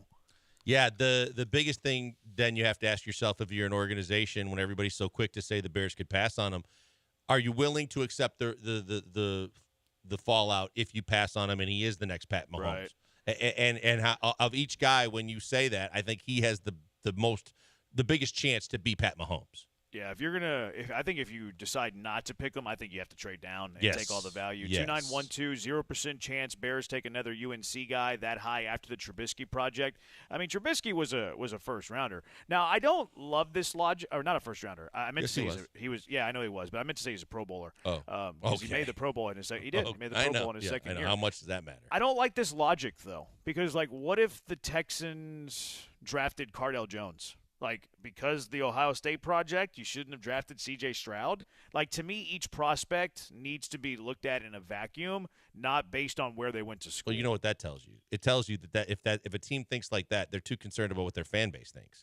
Because it's not about what the fan base thinks and not about whether you think Ohio State or Carolina is a quarterback factory or not. You're exactly right. It's each individual is based on his own merits, a guy that you evaluate, and you don't give a rat's ass about where he played in terms of the history of the quarterbacks or the history of the team. You take the best player available. Curious Brian's thoughts on this. 8863. I think Sweat is better than Murphy. Not bagging on Murphy. He's really good. I think he also benefited from playing next to Sweat. Sweat pushed back the line so much, drew double teams. I read somebody, I think it was Cody Johnson, who I respect his opinion just about more than anybody. He doesn't like the Sweat fit with D'Amico's defense. Yeah, they're different types of players. It's hard to say one is definitely better than the other. I mean, obviously Sweat is a kind of a freak, being the 360-pound monster that he is. Byron Murphy's more the traditional defensive tackle. I think it depends on what you want, but I do agree with what you just said there, Jeremy. In a 4-3, I would rather have Byron Murphy. Well, I think Devondre Sweat's a better fit in the 3-4. They were worried about Sweat's weight when he reported to the combine or to the Senior Bowl. And then he just went to practice and it just doesn't matter. absolutely it doesn't matter for everybody. There's some guys are just built differently. They can put on more weight and handle it, and it doesn't matter. And certainly, now we'll see what happens when he turns 28, 29, 30, if that's still the case or if his body starts to break down. But right now, I don't think it matters for Sweat. 713-780-ESPN, HRP listener line, 713-780-3776. Why the Face Wednesday? Why does Brian make faces today? It's the Killer Bees on ESPN 97.5 and ESPN 92.5. Hey, before we go to the break, a few words from my friend Doc Linville. Doc Linville, great dude, even better at what he does. I think he's the best in the business at the NeoGraft procedure, and I think you guys need to be aware of it because I tell you about it all the time. I went through the NeoGraft procedure. It was a no-brainer for me after Doc explained it, and I cannot tell you how happy I am about the results. I can tell you all day, as a matter of fact, because the results you could see instantly, and in 6 to 9 months, when the full results are visible, you are going to be ecstatic because you got your hair back. And it's your own hair. It's not the sprays and the creams and the foams that mask the problem. It literally is your own hair. And as he explained to me, and he will explain to you if you have a consultation, is just the fact that no matter how bald you go on top or how bald you go in front, you're never going to go bald on the sides and the back of your head. So he takes some of that hair, he repurposes it where you need it most. You get to see the absolute follicles growing on a daily basis and reap the benefits from the time he does the surgery. Absolutely phenomenal. And as a listener to ESPN 97.5, you get that consultation I was talking about for absolutely free. Most people have to pay $150. You mention ESPN 97.5 and also go to 975hair.com to set up your appointment. You don't have to pay a thing. No obligation, no signing on the dotted line, no commitment or money out of your pocket. Just the opportunity to sit down and learn about the procedure, ask questions, get answers, and see if it's right for you too. Like I said, it was right for me, and I can't stop telling people about how great it is. You should check it out and see you could be the next in line. Go to 975hair.com right now and go see my friend Doc Linville.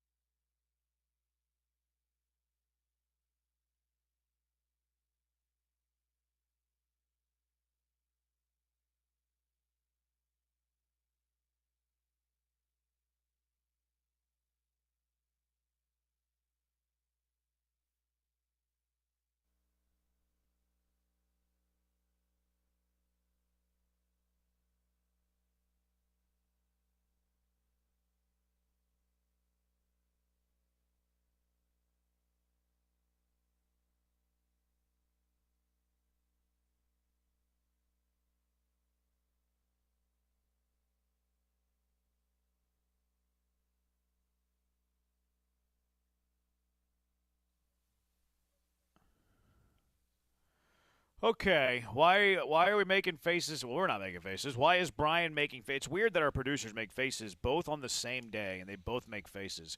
Brian, why are you making faces today? So I know the intro there talked about it being non-sports, but I'm going to stick in the sports world for this first one. Okay. So First Take, obviously known for having some weird opinions given out on that show, trying to grab headlines and whatnot. So Tuesday morning on First Take, Stephen A. Smith, J.J. Redick, and Shannon Sharp were asked and were debating like which players were best suited in the NBA to carry the torch after LeBron James ultimately decides to retire. And as you're about to hear in this clip, Shannon Sharp's criteria for the nod was a little bit confusing and had Stephen A. Smith and J.J. Redick scratching their heads. What about relationship status? Magic and Bird was married. LeBron was in a relationship with Savannah. How do we look at that? Because when we look at presidential candidates, we look at candidates, we want them to be secure. We want them to be foundational pieces. You know what I'm saying? That you have, like, you're I'm not going to lie. I don't know what the hell you're asking. I did not expect this. Shout out to Shannon Sharp to be able to get Stephen A. Smith to say, I have no idea what the hell you're saying. Yeah, like what? Why do you care if they were married or not? I mean, how many fans know the marital status of most NBA stars? Well, Zion, we know exactly. Well, Zion, we know what he's been through. I mean, happy wife, happy life. I guess, but I mean, they behind later on, Molly Karam tries to rescue him and makes the point about how maybe a positive family image is more marketable for NBA stars. But Kobe Bryant was not exactly Kobe, Michael. Yeah, had his. I mean, he used Magic. Charles. Magic too. Yeah, exactly. I mean, I don't want to say it, but yeah, it's true. Yeah. I can. Okay, I'm gonna defend Shannon here a little bit. I could see if you're not chasing, you can spend more of your time working on your game. Yes, if you're assuming they're still not chasing, yeah, right? I mean, that's what I think. I think he's making that assumption that family life, they're not chasing.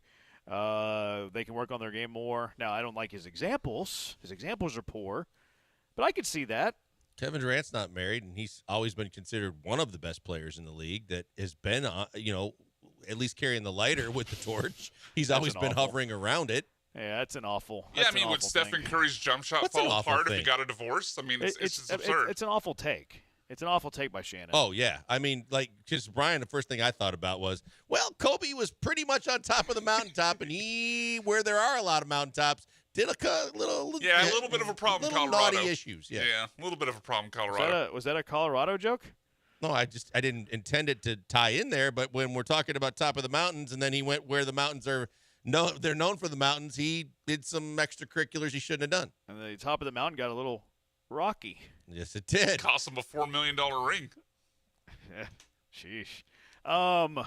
Yeah, this is a bad take. This is a golf thing too. I think it was Gary Player that always said like you need to have a good wife to really be good at your game. But then there's a lot of other people that say that if you have the wrong type of wife, that it hurts your game. Yeah, because like there's been Tiger, although Tiger was at fault there. Well, but there's been, even before Tiger, there's been some serious womanizers and drinkers and partiers that were at the very top of the PGA Tour. See, I see where he's coming from. Like, I think his setup was awful, and his examples were literally the worst, and I don't want to go down the Magic train. But I can see – Did you know it was a train at one point? I can see where if you have your life in order more and it's more stable, where it can elevate your work life. I can see that. That shouldn't affect it. I mean, depending on how much you work on your – guys – Kobe worked on his game all the time when he was married, when he was single. Even when he was single, he was working with Dream in the summer. I think that if it's kind of like the difference between Anthony Rendon and guys that really are passionate about their craft. Married or single, they're going to bust their tail. Yeah, that's the thing. Like, if you're going to be elite, it shouldn't matter. Like, you should be able to compartmentalize where it shouldn't matter. I can see where he's coming from. I just don't agree. And his examples were literally brutal. Yep. Brutal. All right, why else are you making a face, Brian? So, a few other people that don't have their life together. Police in Long Island right now are looking for a trio of thieves who stole $640 worth of Haagen-Dazs ice cream from a Long Island 7-Eleven. And I don't know where ice cream fits on your guys' list of best desserts. For me, it's pretty high up. It's top 3, just especially depending upon I love me some ice cream now. Yeah, which brand of ice cream we're talking about. And that's my biggest problem with this. Not that they stole $640 worth of ice cream.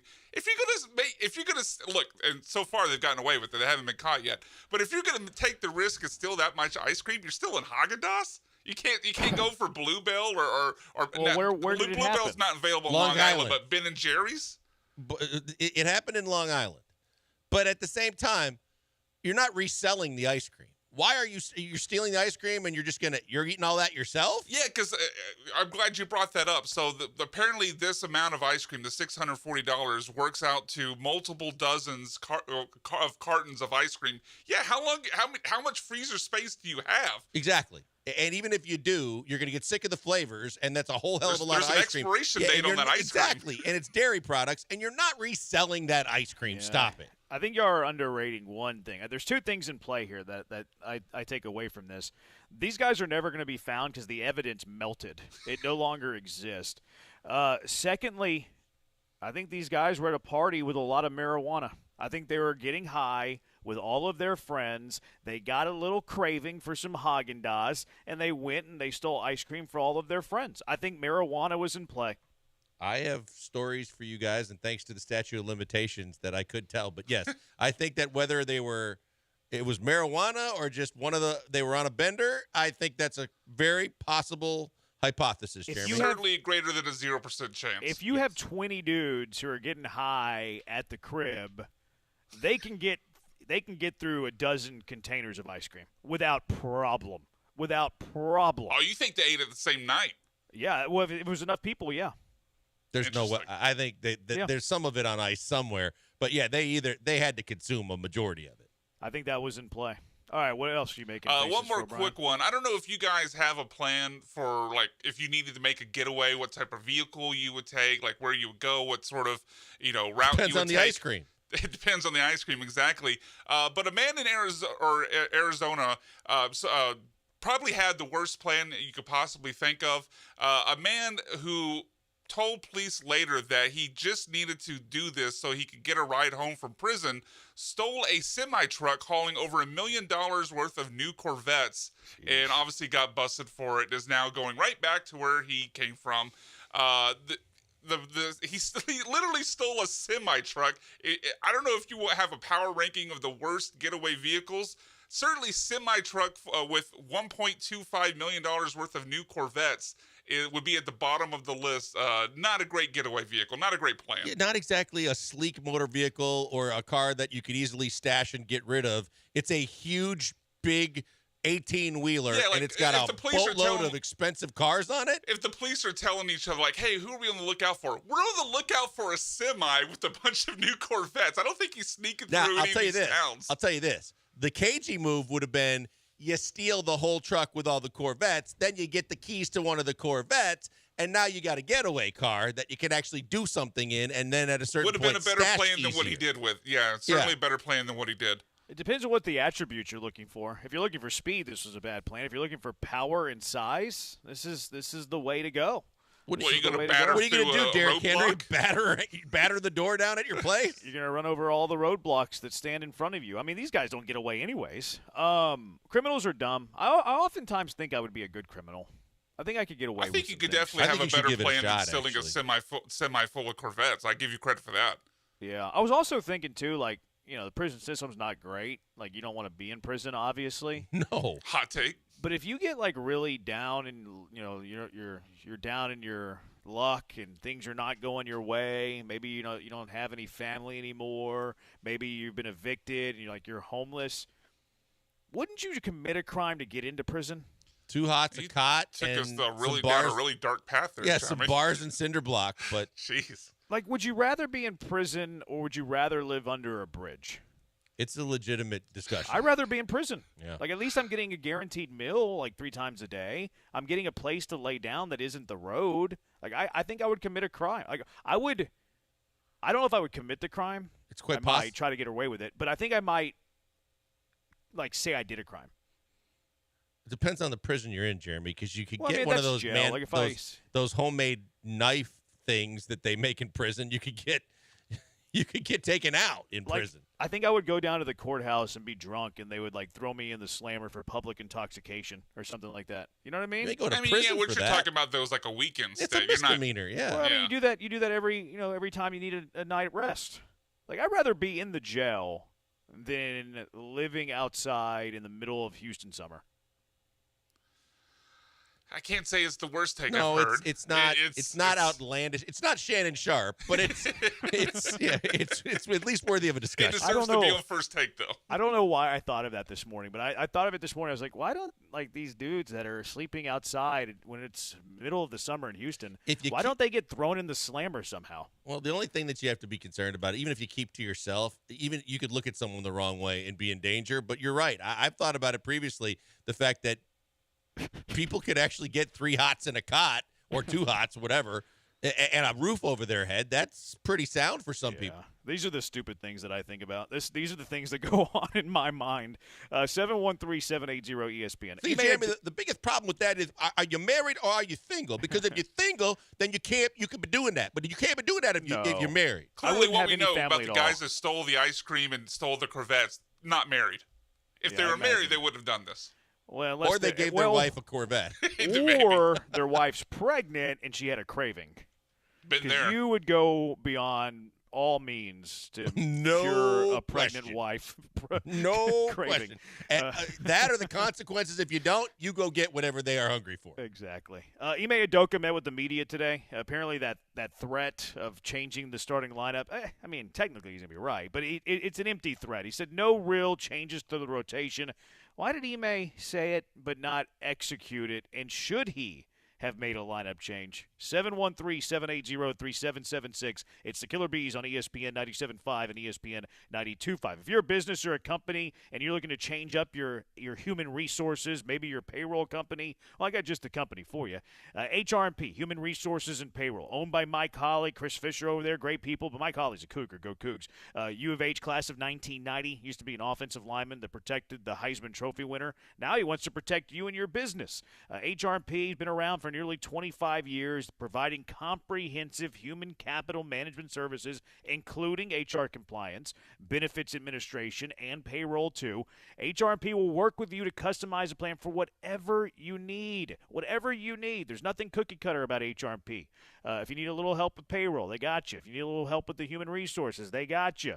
You need help all across the board, they got you. They'll create a plan for what you and your business needs. They'll work with you to do that. Also, their customer service, second to none. You'll never talk to a stranger on the other side of the line. Anytime you have a question, you need to make a call to them. You'll be calling someone that's familiar with you and they're familiar with your company. I can speak to that customer service. We use HR&P here at Gal. I have a question from time to time, tons of questions because I'm not very smart, but I always get a quick response. It's very easy to understand. Let them help you out too. Let HR&P take on the demands of human resources and eliminate your HR burdens so you can get back to growing your business. Give them a call at 281-880-6525. Let HR&P customize a plan for you. 281-880-6525 or online at hrp.net. That's hrp.net.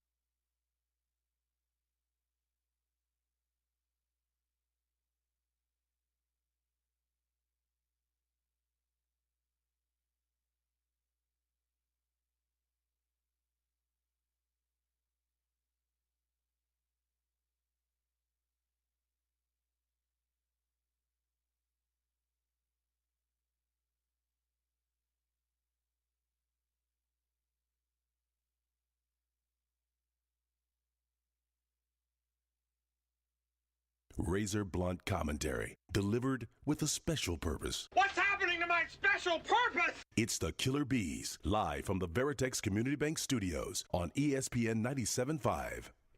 8704 says, rob a bank. If you get away with it, you get the money. If not, you get a shelter and mill in prison. That might be the route. Like, I'm not going to do anything that would jeopardize anybody. Like, I'm not going to go in with a weapon. I'm not going to, like, hurt anybody. Maybe this would be the way to go. I'm with you. I don't want to hurt anybody. I don't want to. Yeah, I think there's no doubt something to be said about if there's a way, like, after hours to do, to get it, to try and get a cash register or something like that.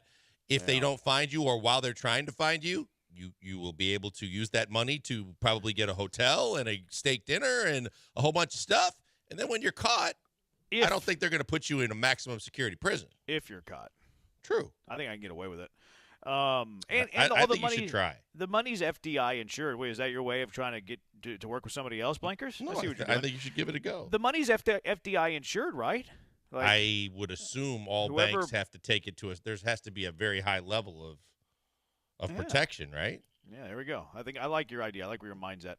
Ime Udoka came out today. They met with the media today. They resume their season tomorrow, not the second half, the stretch. What do you call it, the final stretch or the stretch drive? Rockets are going to be trying playoff to push. They're going to play. I don't like that. I don't want it to be a playoff It is push. definitely I want it to come up with some alliteration for tank. We had it. Yeah, we had it the other day. I don't remember what it was. I think you said the stretch drive. Stretch drive. Yeah, there you go. I think you said the stretch drive. I want them to tank, though, so I need some alliteration here for tank. But Ime Udoka meeting with the media. Daniel Lerner tweeted this. She works for the Chronicle. Rockets coach Ime Udoka said he considered a new starting lineup over the All-Star break, but ultimately decided he won't make immediate changes. Now, Fred VanVleet, who's been out since February 4th with that adductor strain, said that he is good to play in the back-to-back games on Thursday and Friday. So they're kind of making a starting lineup change, but a lot of people thought it'd be one of the youngsters, like it'd be Jalen. I even saw like Alpi mentioned. I had a feeling that we weren't going to see a change. Yeah. Ime hinted at it.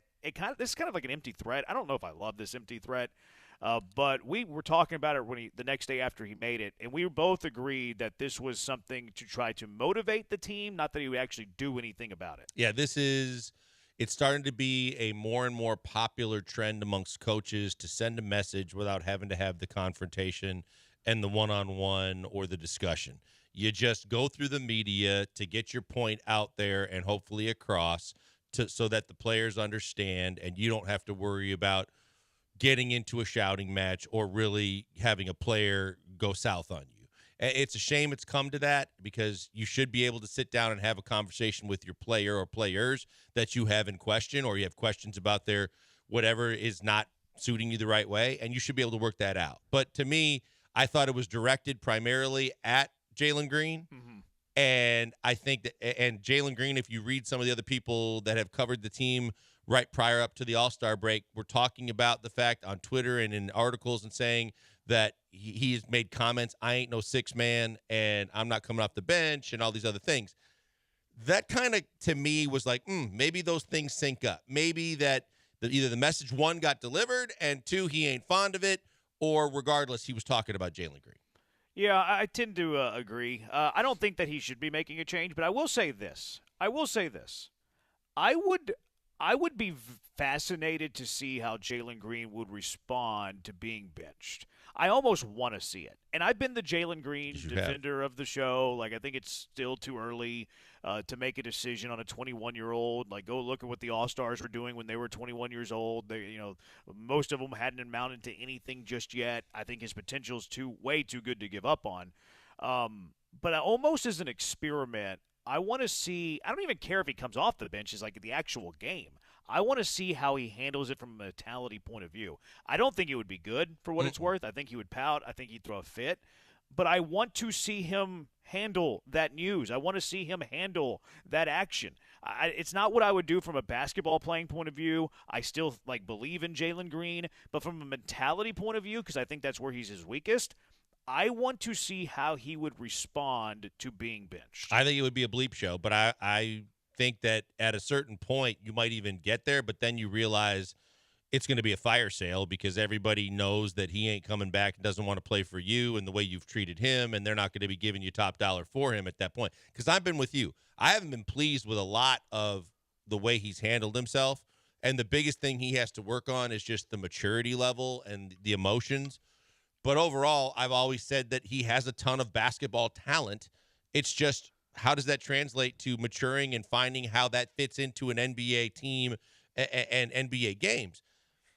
The thing with Jalen Green is that it's not time to trade him, and you have to get as much as you can out of him before you decide to do something like this, because I think there's no going back. Once you bench him, I think I agree with you. I think once you bench him and you take him out of the starting lineup, you pretty much are losing him as a Rocket, because I think that he is going to have a really tough time with it. He is going to have a ton of pushback with it, and I think that will definitely spell the end of his stint with the Rockets as far as him giving you max effort and trying. Yeah, I tend to agree. Like, this is probably the Hail Mary move. Like, you've 99% have made your decision on Jalen rather, and this is like, okay, this is your one final Hail Mary to see if there's any saving them. So you're probably not there yet. It probably has to come, probably next year, quite frankly. But I think that's whenever you do it. Like, you feel like you've already made the decision on Jalen. You're not either trading Jalen or you're not, signing him to that contract extension. And as one final Hail Mary, okay, let's see how he responds to this. And maybe it's a motivator. Maybe it's like, okay, I hate this, and then all of a sudden it clicks for him, and he has this killer instinct.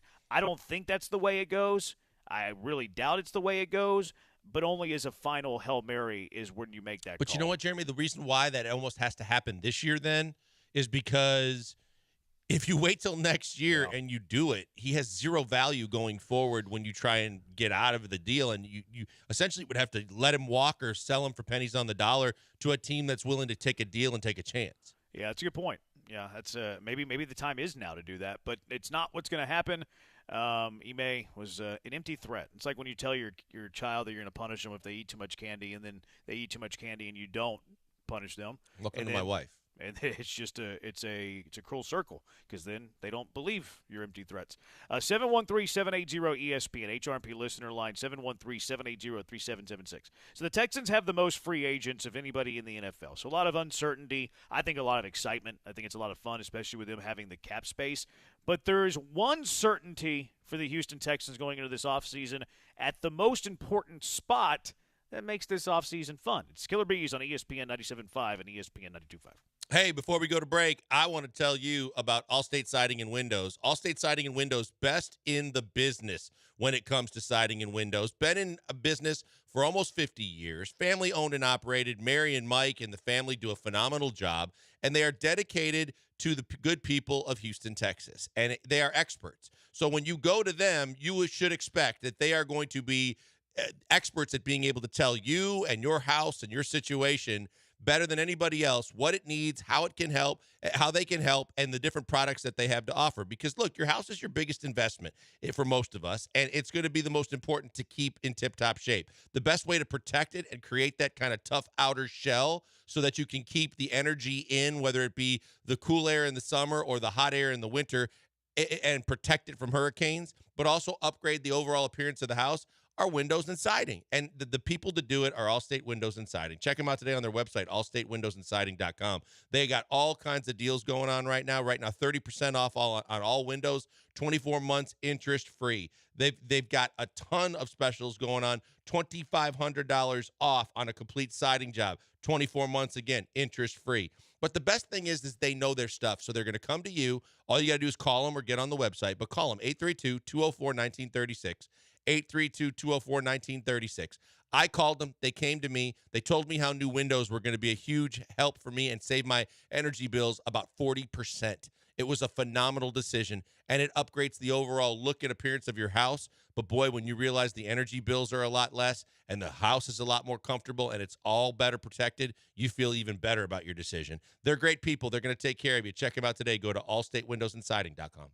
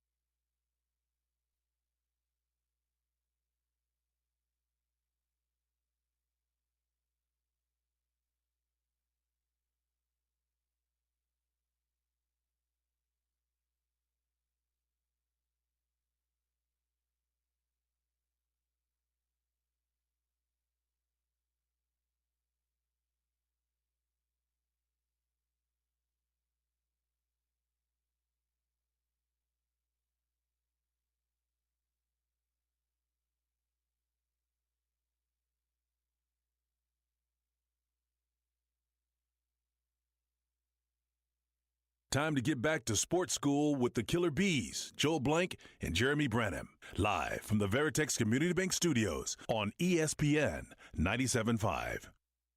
He's Blank. I'm Branham. We told you we were giving you Usher tickets. We do not disappoint. You got to know your Usher, though. After his electrifying halftime show at Super Bowl 58, Usher is now making his way to Houston for a 3-night show.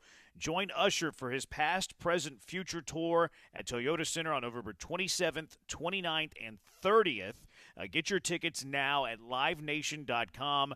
Usher's past, present, future tour, the 27th, 29th, 30th of November. Your tickets at livenation.com. We're also giving you a pair of tickets to see the November 27th show if you were the first person to answer this question.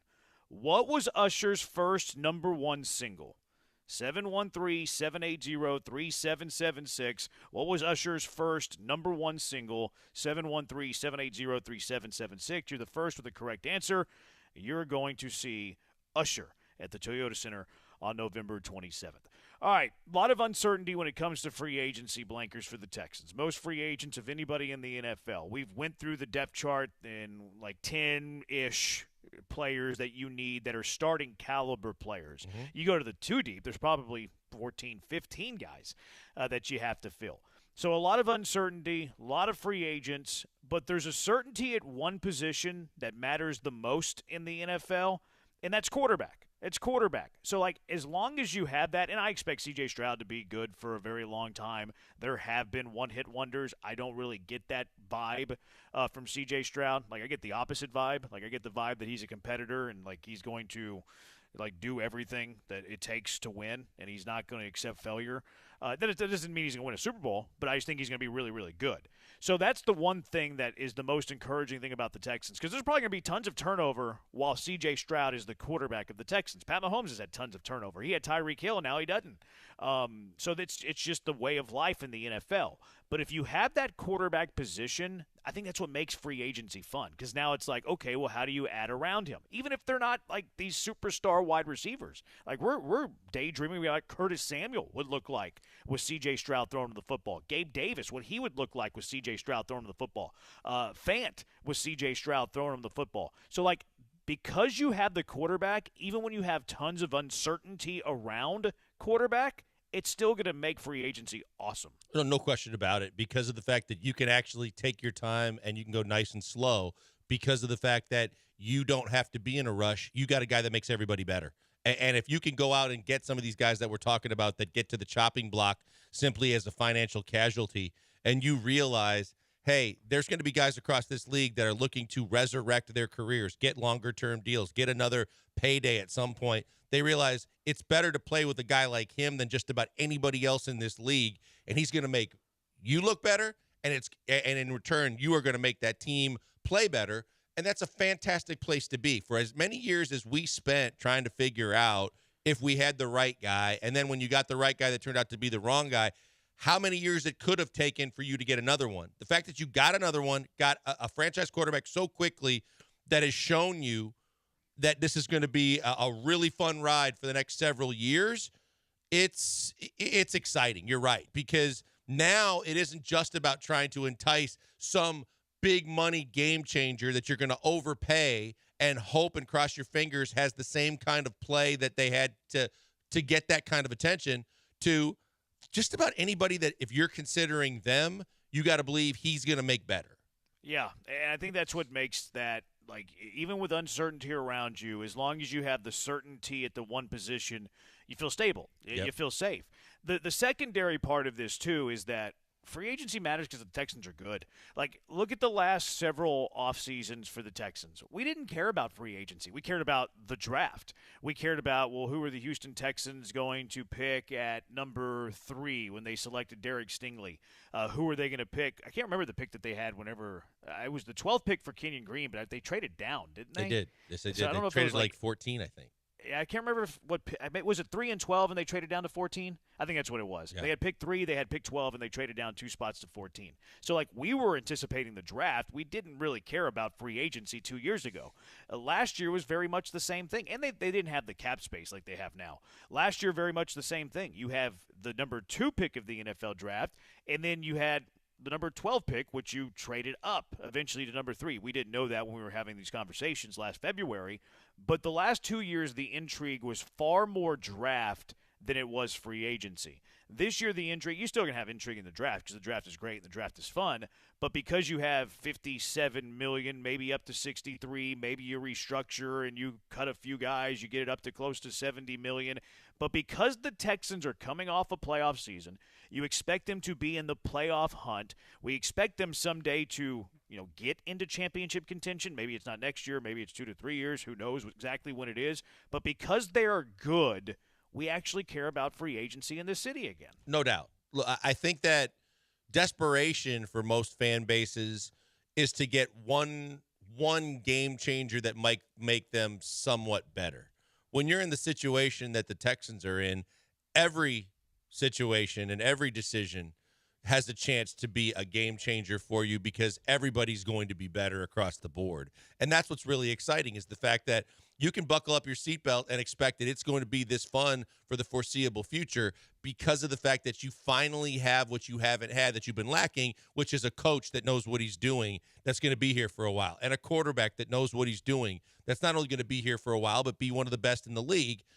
And you've already seen that you have a roster now that isn't when we constantly said this is one of the worst rosters in the league. This is a team that's constantly getting one-year deals done with veterans that are hanging on just to kind of bridge the gap before they finally start getting good. Well, the time is now. You're good. You're better than good, and you got a chance to get better right now. That's why all of this is so much fun, because when you think about the cap casualties that are going to start coming out now, when you think about free agency around the corner, when you think about the draft, and then you think about the fact that this is going to be a destination for a lot of players, both in college and in the other situations when they've already played in the league, that's why it's going to be even more fun. Yeah, I mean, the college players don't have a pick of their destination. No, but you remember Brock Bowers, and Brock Bowers probably shouldn't have said anything but to say that he would like to play for Tennessee. But I think that quietly behind the scenes, guys that are going to be drafted are looking at it going, boy, especially offensive players, boy, I sure love to be on an offense with C.J. Stroud and Tank Dell and the guys they got. Total Arlington says in a front office that isn't a joke to throw that on there, which is – It's interesting, though. Like, we talk a lot about how quickly things change in sports. Like, I think that things change on a dime whenever we talk about sports. Now, I think people's opinions don't change as quickly as the actual change is made in sport. I think our opinions sometimes are slow-moving ships where we get conditioned to this guy's good, and we think that guy's good 2 to 3 years longer than he actually is. But, like, 365 days ago – well, people were clamoring to fire Nick Caserio. Yeah, they were. And I think that, Jeremy, if I would have said, and you and I would have been talking about this a little over a year ago and said, look, the front office is a complete joke. Ownership is a complete joke. The quarterback situation is a complete joke. And the head coach is a complete joke. If you think about which scenario should have been capable of being figured out and taken care of first, it probably was head coach because Cal wasn't going anywhere. Because you didn't know if you were going to, even if you got a quarterback, it was probably going to take more than his rookie season to figure it out. Nick Caserio, as you mentioned, we were saying, if he's not on the hot seat now, in a year's time, he very well could be. And yet here we are with the coach. Yes, it did get figured out. But now it seems like every single other position that we were talking about a year ago has been figured out too.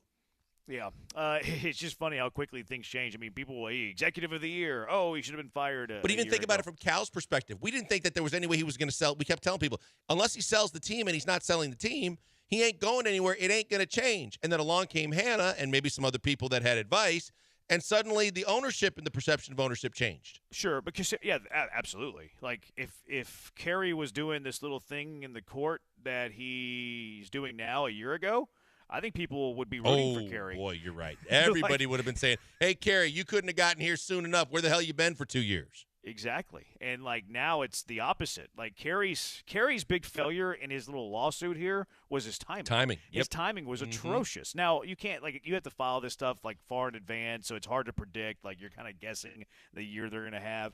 But the timing, if it was a year ago, I think that the perception publicly, not that it would change anything in the courtroom. I have a hard time believing it would change anything in the courtroom, but sometimes it could. Public perception can sometimes change things that happens in the court.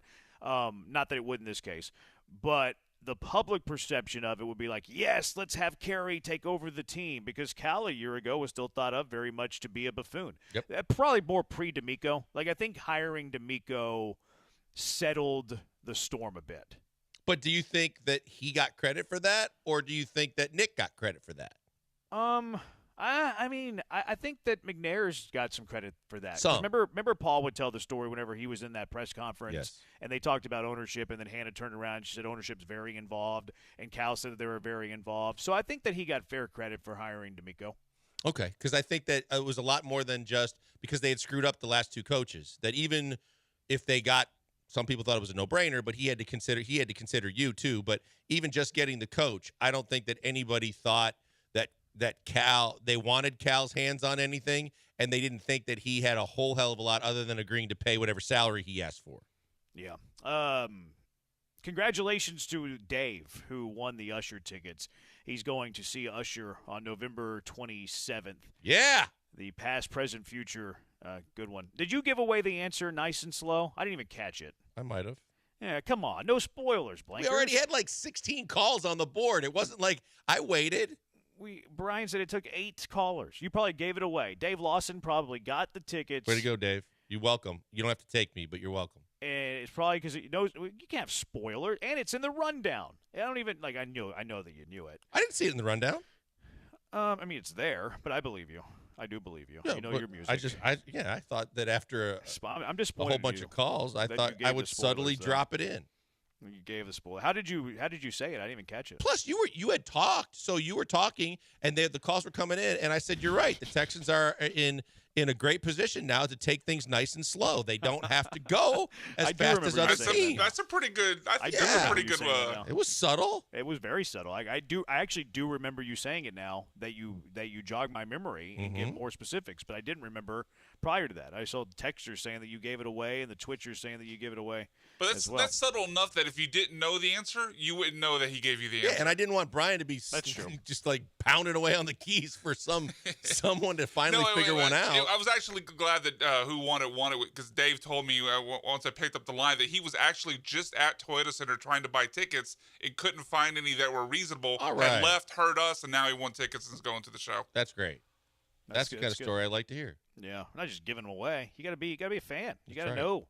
You got to know. All right, 713-780-ESPN. There was an article by Ken Hoffman, our good friend Ken Hoffman, on this Astro Bregman. I don't want to call it a negotiation. He says it's a negotiation. I don't think it's a negotiation. It's pretty funny, some of the quotes from both sides that he pointed out. But what would be your best and final offer for Alex Bregman? 713-780-ESPN, HRP listener line, 713-780-3776. Killer Bees, ESPN 97.5 and ESPN 92.5.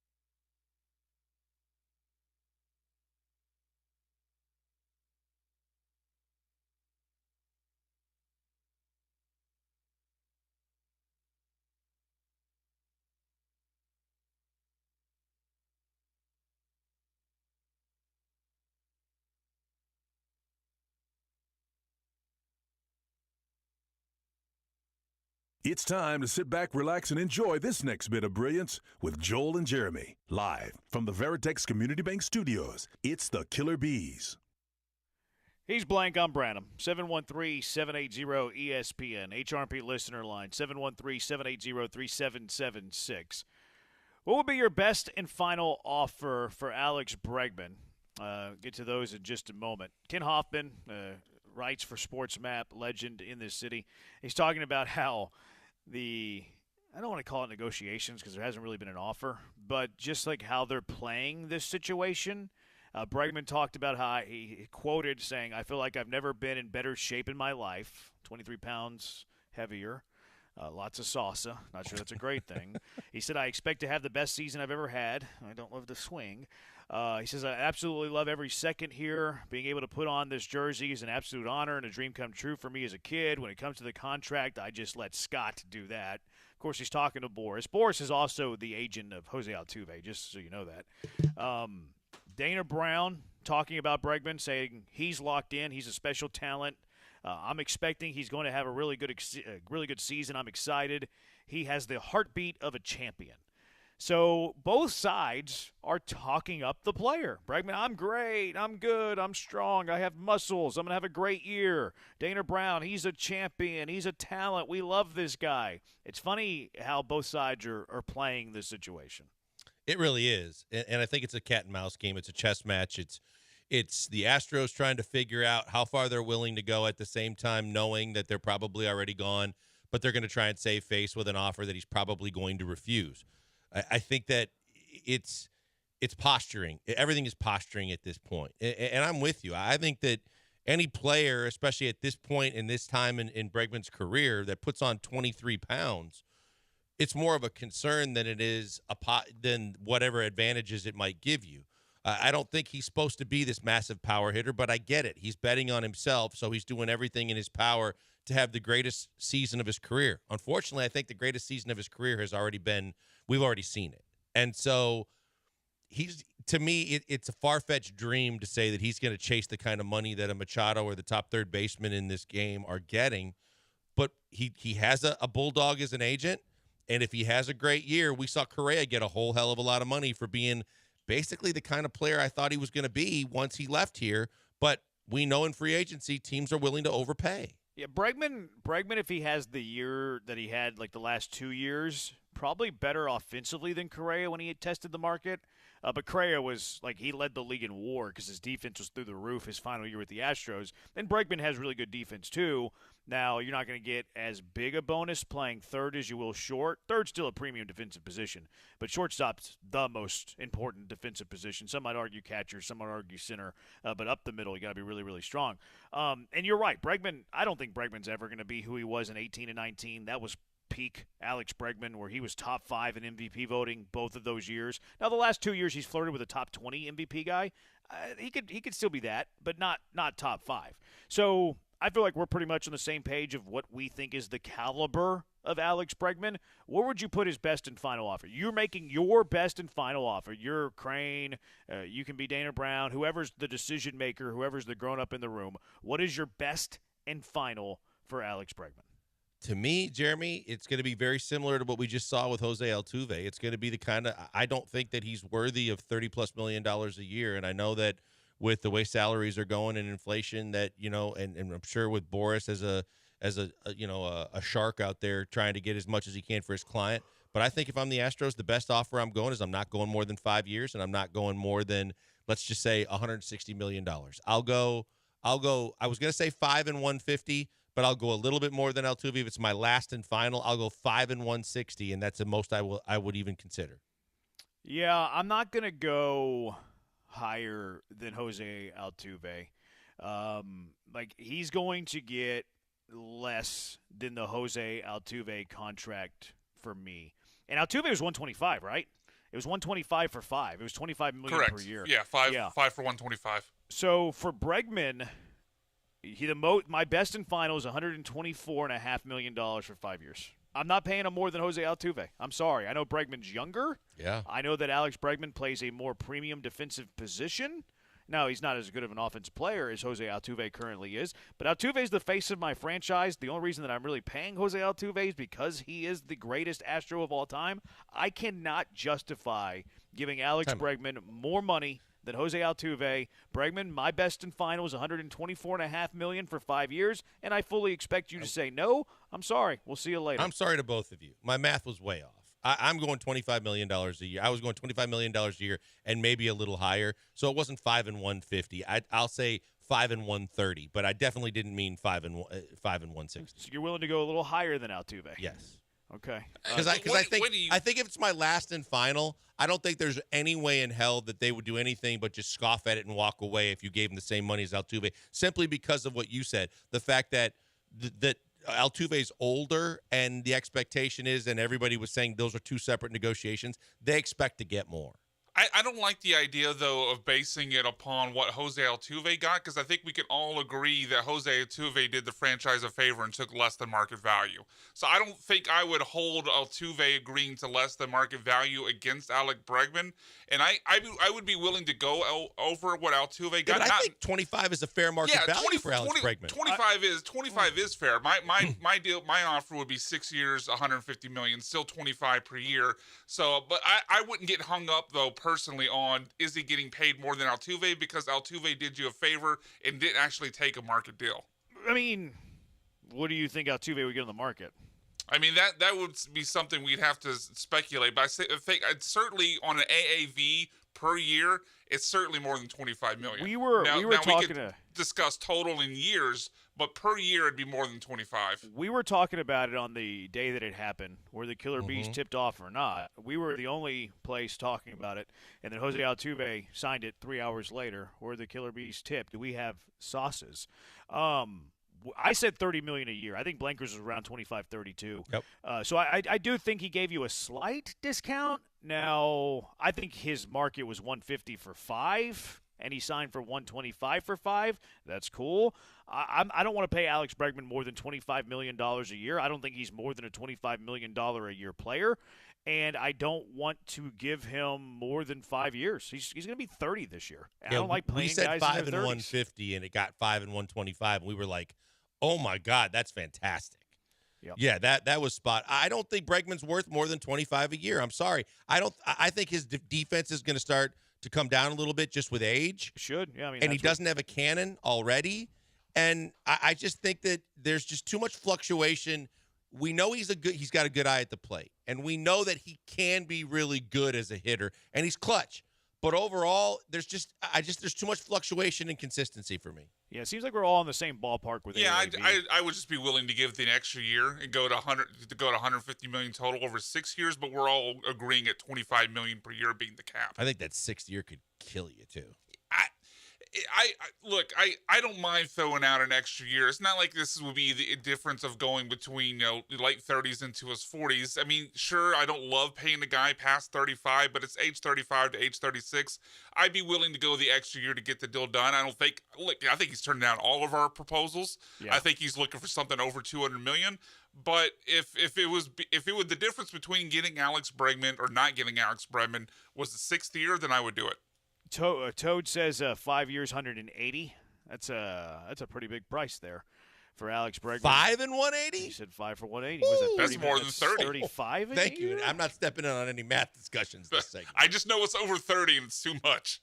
Yeah, exactly. That's 30. It's actually 36 a year. I was close. 36 a year. Good Lord. Welcome to Anaheim, Alex. That's even more than his market projection from Spotrac. I think his market value was 31 per year. I think Toad's getting a cut if he's 5 for 180. Old School said 4 for 160. Now that's shorter term, but I mean that's an AAV of $40 million. That's up there. That's quite high. A few people on the Twitter. Brian said 5 for 130. Unbiased Goat said 7 for 85. This lady said Lincoln Bio. I don't really know what that means. Jared Hopper said. Jared said 8 years, $270 million. PLG 7 years, $190. They're not going 8 for Bregman. These people would pay Bregman more than the Killer Bees would pay Bregman. For sure. A lot more than they would pay. Okay? I think we're all on the same page on the AAV and the money. What's the maximum years you think they would go? I don't think they go to 6. I think they would go 5. See, I think they would go to 6, but that'd be it. Well, we've seen them go to 6 with multiple players now, and I don't. It would just be Jordan, right? Who did they give Javier a 6th? Who have they gone to 6 with? Yeah, I don't think that they have either. Well, definitely Jordan, right? I think Jordan's the only aside one, from though. Jordan, but I'm saying that when what we was get into Altuve's original deal? That was Well, it was previous that was regime. that's previous okay, front that's office. fair. Now you could counterpoint and say that it was Crane though. So like you could say that, but I don't think it was that long. What did Javier get 5? I don't think Javier got 6. Yeah, I think it might have been a 5-year deal. I'm gonna have to look that up. And even whenever Altuve did it the first time, the very, very first time, that was pre-arbitration. It was 4 years, $12.5 million. Who? Altuve's very first Oh, deal. okay. I thought you meant Javier. And I just found Christian Javier. Javier's was 5 years, 5 years, 64. There you go. Yeah, I just don't think there's any way they're going 6. I'm pretty sure Jordan was the only one they went 6 with. And that's because they got a freaking bargain. They got a bargain, and it was pre-arbitration, and he's young. Yep. He's not Bregman's going to be 30 years old this year. Jordan Alvarez, he's going into his age 27 season, and he signed that 2 years ago. So he signed it whenever he was in his mid-20s. Yeah. And they gave him the 6 year. We said at the time, and it still translates to today, that is a freaking steal of a deal, and that's the reason why you went that long. Yeah, I mean, I don't think they're going to sign players over the age of 30 or in their 30s for longer than 5. Completely agree. Jordan's is very unique. Pre-arbitration, a star, and was in his mid-20s. 713-780-ESPN. What is your best and final for Alex Bregman? Also, every now and then on the Killer Bits, we'll have a will or Killer Bees. Every now and then we'll have our Will of Bits. You never know what you're going to get. Some days we don't do Will of Bits. A lot of days we don't do Will of Bits. So it's very special whenever you get a chance to listen to some radio brilliance known as the Will of Bits. And the other great thing about Will of Bits, you don't know what you're going to get until we come back. It's the Killer Bees on ESPN 97.5 and ESPN 92.5.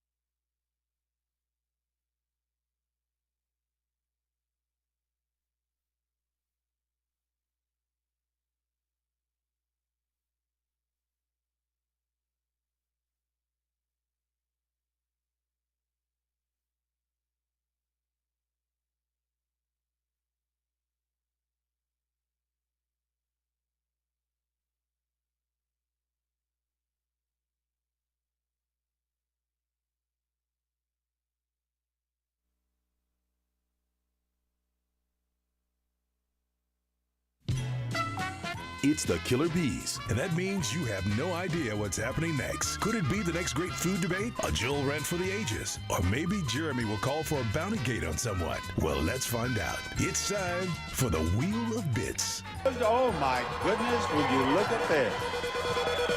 What an enormous spin. Let's play food debates. Food debates. What an enormous spin.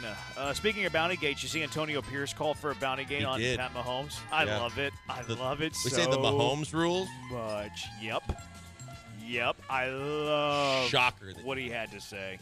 I love it so much. It put a smile on my face whenever I read that. Yeah, Antonio Pierce was on he was actually on Max Crosby's podcast. He was on the podcast of his player. Is that where it was? Yeah. I don't know if that's ever happened before. A coach of an NFL team being on the podcast of his current player. But yeah, they were talking about it. He's like, yeah, Mahomes rules. We have to knock the bad word out of them, like make them feel us, like all this stuff. And it's like, that's music to my ears. That's the kind of stuff I want. But McAfee was on vacation this week, so it can't be. I thought it was Max. I could have misread it. I thought it was Max Crosby's podcast, though, where he said that. Oh, it's probably right. Yeah, it could be wrong. I have no idea. I just love what he said. Loved it. Loved what he said. All right, what are we food debating, Brian? Oh, this was actually, I believe, something you put in the. Oh, the Choco Taco. Yeah, the Choco Taco. The Choco Taco is back, but they've ruined it. I love the Choco Taco. How would you rate the Choco Taco as a dessert on a scale of 1 to 10? Blankers. I didn't know what it was until Brian. Yeah, Joel hasn't had one. What a Choco Taco was? No, because in the Midwest we didn't have Choco Tacos. We had drumsticks. And the drumsticks are all world. You've lived in Texas for how long?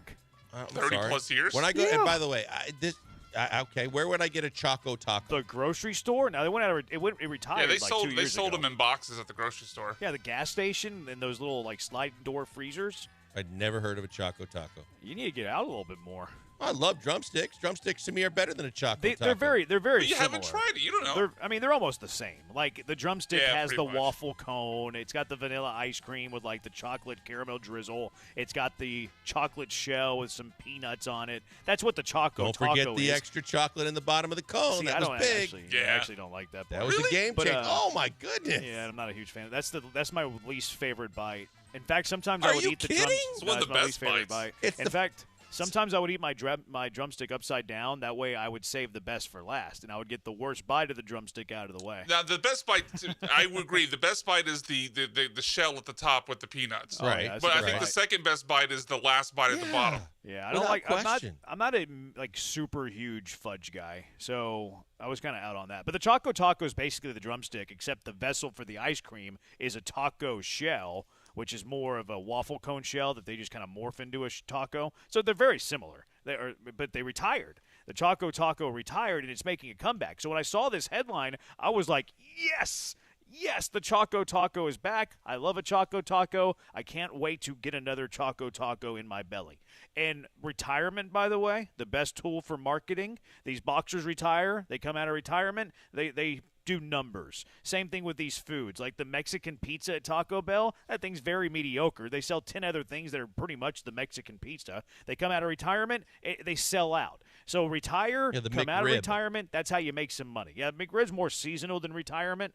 But I was like, okay, Choco Taco's making its triumphant return. Cannot wait to get my hands on one of these bad boys. And then I pull up the article, and they've ruined the Choco Taco. Taco Bell's doing it with like this hipster company in Seattle called Salt and Straw. And listen to what the new Choco Taco is, which is a huge mistake.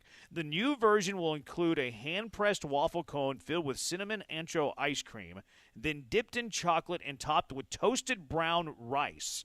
The new Choco Taco will be served with custom sauce packets like chocolate chili, cinnamon wild berry, and mango jalapeno. Yeah, they foofed it up way too much, and they've cheaped it too. Rice? I'm not doing rice instead of peanuts. Yeah, the that rice makes no instead sense. of peanuts is awful. They ruined it. You don't need any flavored sauces as long as you've got the combination that everybody loves, which is the chocolates and the peanuts and the ice cream and the cone. That's awful. They've ruined it. The hipsters have ruined it, and I can't stand it because I was so excited, too. And then I click the link and I read what it actually is, and like, this sounds disgusting. I want nothing to do with this. So I was really upset, as you can tell. But it leads to the food debate. because you could get these in the gas stations, like you can get those drumsticks in the gas station. Mm-hmm. What is the best gas station sweet? I've always been, I told Brian this too, I've always been more of, at the stops on the road, it's always salty over sweets for me. But if I was to say, if I was going the sweet route, drumsticks right up there. Drumsticks are always Drumsticks fantastic. great. Chocolate tacos, were great. Yeah. Also like the Toll House ice cream cookie. I've always Yeah, been a big fan of that's those. a good call. That's a good call. I'm not a huge cookie guy. Oh boy, cookies and ice cream. You get the two warm chocolate chip cookies and the vanilla ice cream in the middle. A Wow. great ice cream cookie is hard to beat. Game changer. Yeah, I'm Love not a that. huge cookie guy. I'm not a huge sweet guy in general, but I do have, every now and then I like a little bit of sweet. Now, I think you have, I like candy. I like a little sour gummy. I like a good Kit Kat bar. The sweet tart ropes are great. The sweet tart roats are pretty good. I like the sweet tart roats are great, but I like a little bit of the sour too. If you had those little mini ropes with the sour stuff around it, they're pretty good. I think they're sweet tarts too. But if I'm going to go ice cream, drumstick, I don't even think they make this anymore, but whenever I was a kid, Flintstone push-up pop. Flintstone push-up pop was amazing. What the hell is that? Fruity never Pebbles had on a push-up? You have not lived life. Is there Fruity You don't know Pebbles what on a push-up? No, there's no Fruity just Pebbles. it's just sherbet. Yeah. It's just they sherbet. just- You it's get just the a red, brand the to orange. push it? Yeah, you it's just push a it up. branded fruit sherbet, like you said. Yeah. Okay. You haven't had a Choco Taco and you haven't had a Flintstone push-up pop? We had regular push-ups. You're doing too many push-ups is probably what the case is. But You're not still, eating but the only push-ups desserts I've from a ever gas seen are the station. orange sherbet. It's the same thing, except it was Flintstone. It's just the brand. branding. Yeah, it's just the branding. Yeah, it was just a Flintstone brand. So what are your favorite gas station desserts? Iced honey bun, says 1319. Ooh, That's a good call. that's a good call. I don't hate the mini donuts, powdered sugar donuts, if I had to choose But if between you're in the two. car, though, and you're on a road Yeah, the honey trip, bun's you a can't better do that. call, especially if you're going coffee I to stay awake. Coffee with the honey bun is pretty solid. I've eaten wings in the truck. I'm not opposed to having a little bit of mess in the truck. You know what I mean? So this guy says beef jerky. That's not a dessert. Nope. Come on now. Do you like the pecan swirls? I'm not big on pecans. I like pecans, but no, I don't like those. I like the pecan swirls a little bit. J Bar M has these fancy pecan swirls that are amazing. 8755 Mexican candy cherry bombs or hit Cheetos. You mean hot Cheetos? Those aren't sweet. No. Mexican candies are cool. Reese's sticks are fire. I haven't had the Reese's sticks. Sounds good. Have you had that, Brian? Yeah.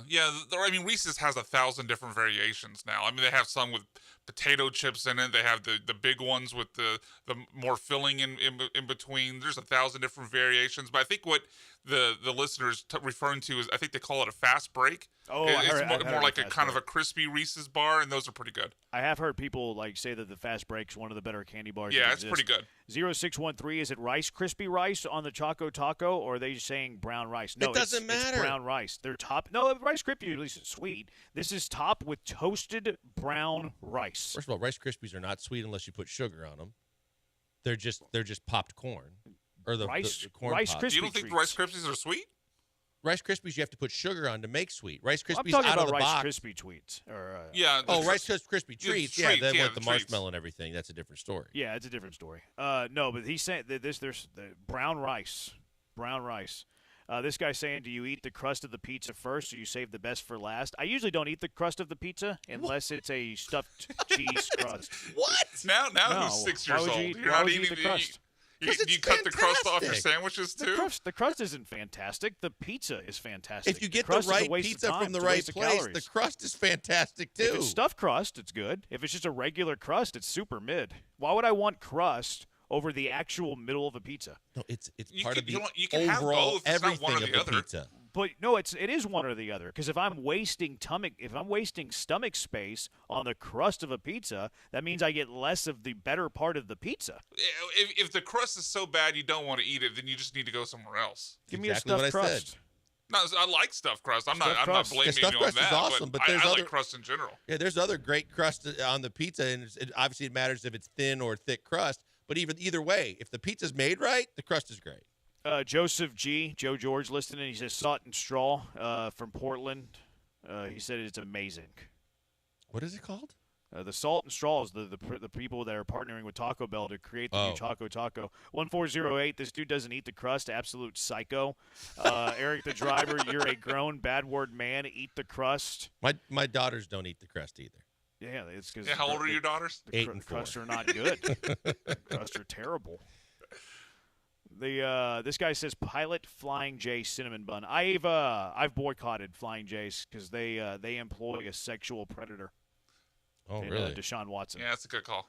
Yeah, so I boycotted that. Beaver Nuggets. Where do you stand on Beaver Nuggets? I was going to ask you guys, what exactly is a beaver nugget? I've never actually tried the beaver nuggets. I think it's a more sugary pop cereal. Quite frankly, it's like a little bit bigger. It's frosted with sugar. Right. I don't want to say it's not popcorn, but it's a popped corn, correct? I don't think it's corn. I think it's more of a. I've never had it, so I'm just going by what it looks like. I think it's more of a pop, like the cereal pop, than it is like a popcorn. Okay. Miss Baird's apple pies, those are pretty good. Yeah. The cherry pies are pretty good too. Yeah, those are solid. What about Little Debbie Cosmic Brownies?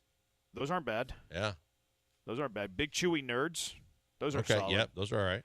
Those those are pretty good. Oatmeal cream pie. That's Nick Saban eats 2 of those every morning for breakfast. He does. Yes, he does. All right.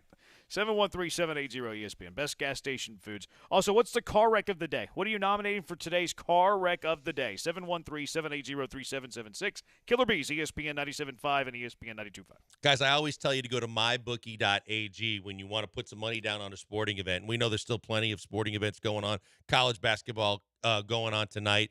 NBA basketball back tomorrow night. Lots of different things, especially on the weekends when there's soccer and golf and so much more. You can always go to mybookie.ag and put some money down on it and make any sporting event more interesting. And now it's even more interesting and more exciting to go to MyBookie because of the fact that live dealers stand by to have all the different kinds of casino games that you love to play, standing by at the waiting for you to play. It could be poker, blackjack, roulette tables, all very, very cool. And the one thing I always tell you to do when you go to mybookie.ag is to get these bonuses. And in order to get these bonuses, you always remember our promo code BET975 because those bonuses, when you get them by using our promo code, is a great way to turn your money into more. You can turn your deposit money into bonus cash. You can, whether you're new to MyBookie or you're reloading an existing account, all you got to do is remember our promo code and use it, and you're going to reap the benefits. It's absolutely fantastic. You get a friend to sign up. There's another bonus for you. All you got to do, use our promo code yet again. And as I always tell you, there's only one place to put money down when you're betting sports. It's mybookie.ag because they've been in business for over a decade. They take care of their customers. They do all kinds of bonuses and promotions like this where you reap the benefit. They are absolutely fantastic. So check them out today. Go to mybookie.ag, set up an account or reload yours, and use that promo code BET975. Do what I always tell you to do. Bet anything, anytime, anywhere. With the only place I tell you to do it, it's mybookie.ag. Use that promo code BET975.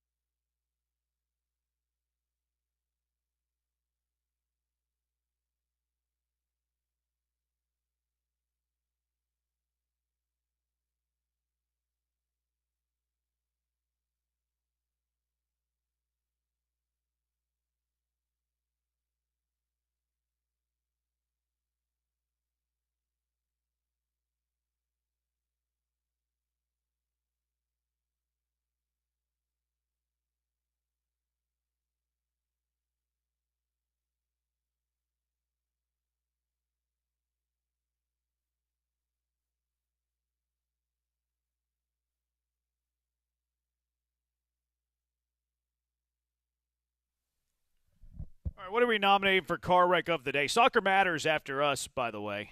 Glenn Davis. They'll be having Warren Barton, former Newcastle defender, Dynamo review and preview of the opener of the season as well. So you're not going to miss that. Glenn Davis, Soccer Matters, coming up after us at 6 o'clock. What are we nominating for our car wreck of the day, Blinkers? Well, I think it's a car wreck to everybody across the country except for Cougs fans, but the car wreck of the day last night to me was the UConn basketball team and the performance they put up against Creighton. I loved every bit of it. I didn't see it coming, but they got their absolute rear ends handed to them by Creighton, so hopefully the door might open up for another step up the rankings for the Cougs. Yeah, who knows how the polls go. I'm not a big pollster. It's cool to get to I number just love one. to see UConn get crushed. Yeah. I was going to nominate Dan Hurley, actually. Did you see what happened after the game where he was walking through the tunnel and he was yelling at a Creighton student saying, "I will knock you out"? No. I didn't see that, No, but he's got anger management issues. He's a little psychotic. Yeah, he was yelling at the Creighton to the student section. It was hard to tell who exactly he was talking to, but he was looking directly at the student section. The students were storming the court, and you could hear him saying in the video, "I will knock you out." When he used to come here, people used to tell me around the court and whatever that he was just on a different level in terms of his anger and the things he would say. Yeah, he's I couldn't hear what he said, but he's very, very demonstrative. Yeah, I think almost too much. Bobby's not like that to that level. Bobby can get heated. Dan's a better coach, though. Yeah, for sure. He's a better recruiter, too. Yeah. What are you nominating, Brian? I got two nominations. First, and I think I echo the sentiments of a lot of our listeners. I'm nominating you for not eating the pizza crust, and I'm also nominating Shannon Sharp for whatever that take was about NBA players needing to be married, otherwise they can't be a face of the league. Face of the league, yeah. Yeah, a lot of the texters are nominating me for the pizza take. I also got nominated earlier for saying that I could rob a bank and get away with it. That's a good one. That's a good one. I'm going to nominate that texter for not reading the room and understanding the sarcasm there. You got to understand the sarcasm there. I think you got nominated for not liking the bottom of the drumstick cone, too. Did I? Yeah. I didn't see that one. Someone wanted to nominate all of us for because they're stuck in traffic trying to get home and now they're hungry. It's fair. Bad. Stop and get a chocolate taco. Yeah. Well, no chocolate taco. Get a drumstick. If it makes you feel better, I am also now hungry after having that segment. I want to nominate the Masters. They invited Joaquin Niemann to participate, special invitation to participate in the Masters this year. He gave courses in LIV, won a LIV tournament. But in their press release, they didn't mention the LIV tournament win at all. They mentioned because he won the Aussie Open as to why he's getting a special invitation. They didn't invite Taylor Gooch. Taylor Gooch has won 3 times on the LIV Tour since the last Masters. I don't like what they're doing here. Well, that's the way they always do it. They play things their way and make their own rules, and so that's why they didn't mention LIV or the LIV win, because the Aussie Open, like the Open Championship, is a country's or the U.S. Open is a country's national golf tournament, so that they can say that that is the prestigious thing that got them in the tournament. They need to start inviting the best golfers in the world. I want Taylor Gooch in the Masters. Okay. Won 3 times since the last Masters against the best fields in the world. The Gooch was a bad guy in a show too at one point. Was he? Yeah. It sounds like a villain in an 80s TV yeah, movie. it was like one of the kids on one of the sitcoms was being bullied by the Gooch. Yeah, that What sounds show like a was bully that? name. I don't know. I got to look it up. Was it like in the 60s? Nice. Was Very it in nice. color or black and white? I don't remember, Jeremy. I'm looking it up. He got mad. Adrian Peterson, I got to nominate AD. I'm actually sad to hear this. He's selling his MVP, Rookie of the Year, Offensive Player of the Year trophies and more in an estate sale in Houston. Apparently, he's like No bankrupt. way. Maybe like over $100 million in his career. This stuff actually makes me sad, because their earnings are done. Like, they're never going to make as much money as they've already Kareem made. did this recently, didn't he? He started selling off all of his a lot of his trophies and things. He didn't do the rings, I don't think, but he was doing College Player of the Year and everything. That's awful. Yeah, it's sad. I don't like seeing that. All right, what's winning? I'd go with the Jeremy's pizza take. It's a good take. That's pretty. I agree with you, Brian. That's a great take. Middle of the pizza is better than the end of the pizza. All right, I win car wreck of the day. Finally won something this week. It's going to do it for us. Glenn Davis coming up next with Soccer Matters. The Gooch was on different strokes. There you go. Was it black and white or color? I'm not answering that. Thanks to Brian for doing all the hard work. He's Blank. I'm Brandon. We'll talk to you tomorrow, Houston. Soccer Matters with Glenn Davis up next on ESPN 97.5 and ESPN 92.5.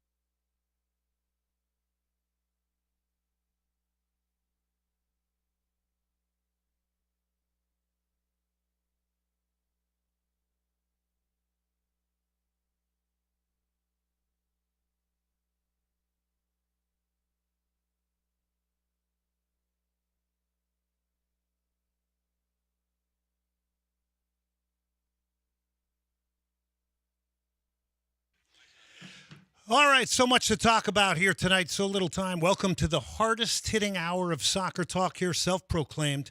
And we are on the air. Soccer Matters, ESPN 97.5, presented by the Daspit Law Firm.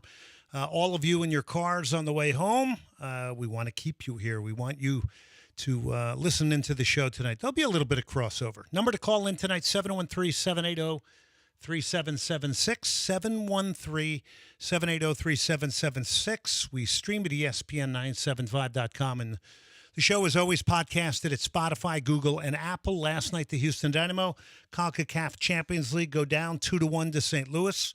All of those who are interested in the Houston Dynamo, we'd like to hear from you tonight. We'd like to get your take on the game. Now, for all the guys that do podcasts, Dynamo Faithful, who else we got out there, Guillermo, as far as the Bayou City, Dynamo Faithful? Guys, come on the show. Get a free plug for your podcast and come on the show and discuss what you saw in the game. And I know I'm missing a couple of the podcasts, and my apologies for that. But for those of you who covered the game in Houston, well, use this as a resource so we can let people know. Come on, have a take on the game, and then just plug your podcast. 713-780-3776. We share. We love to share. Today was a day of UEFA Champions League. We'll get you up to speed on that. Again, the Dynamo preseason has been defined by injury, and last night they were downed in St. Louis in the CONCACAF Champions Cup 2-1, 90th minute goal. They open on Saturday against Sporting Kansas City at home. I've got tickets for that one, and I've got a lot to say about the Dynamo tonight. I would just say stay calm. And again, let's get your thoughts at 713-780-3776.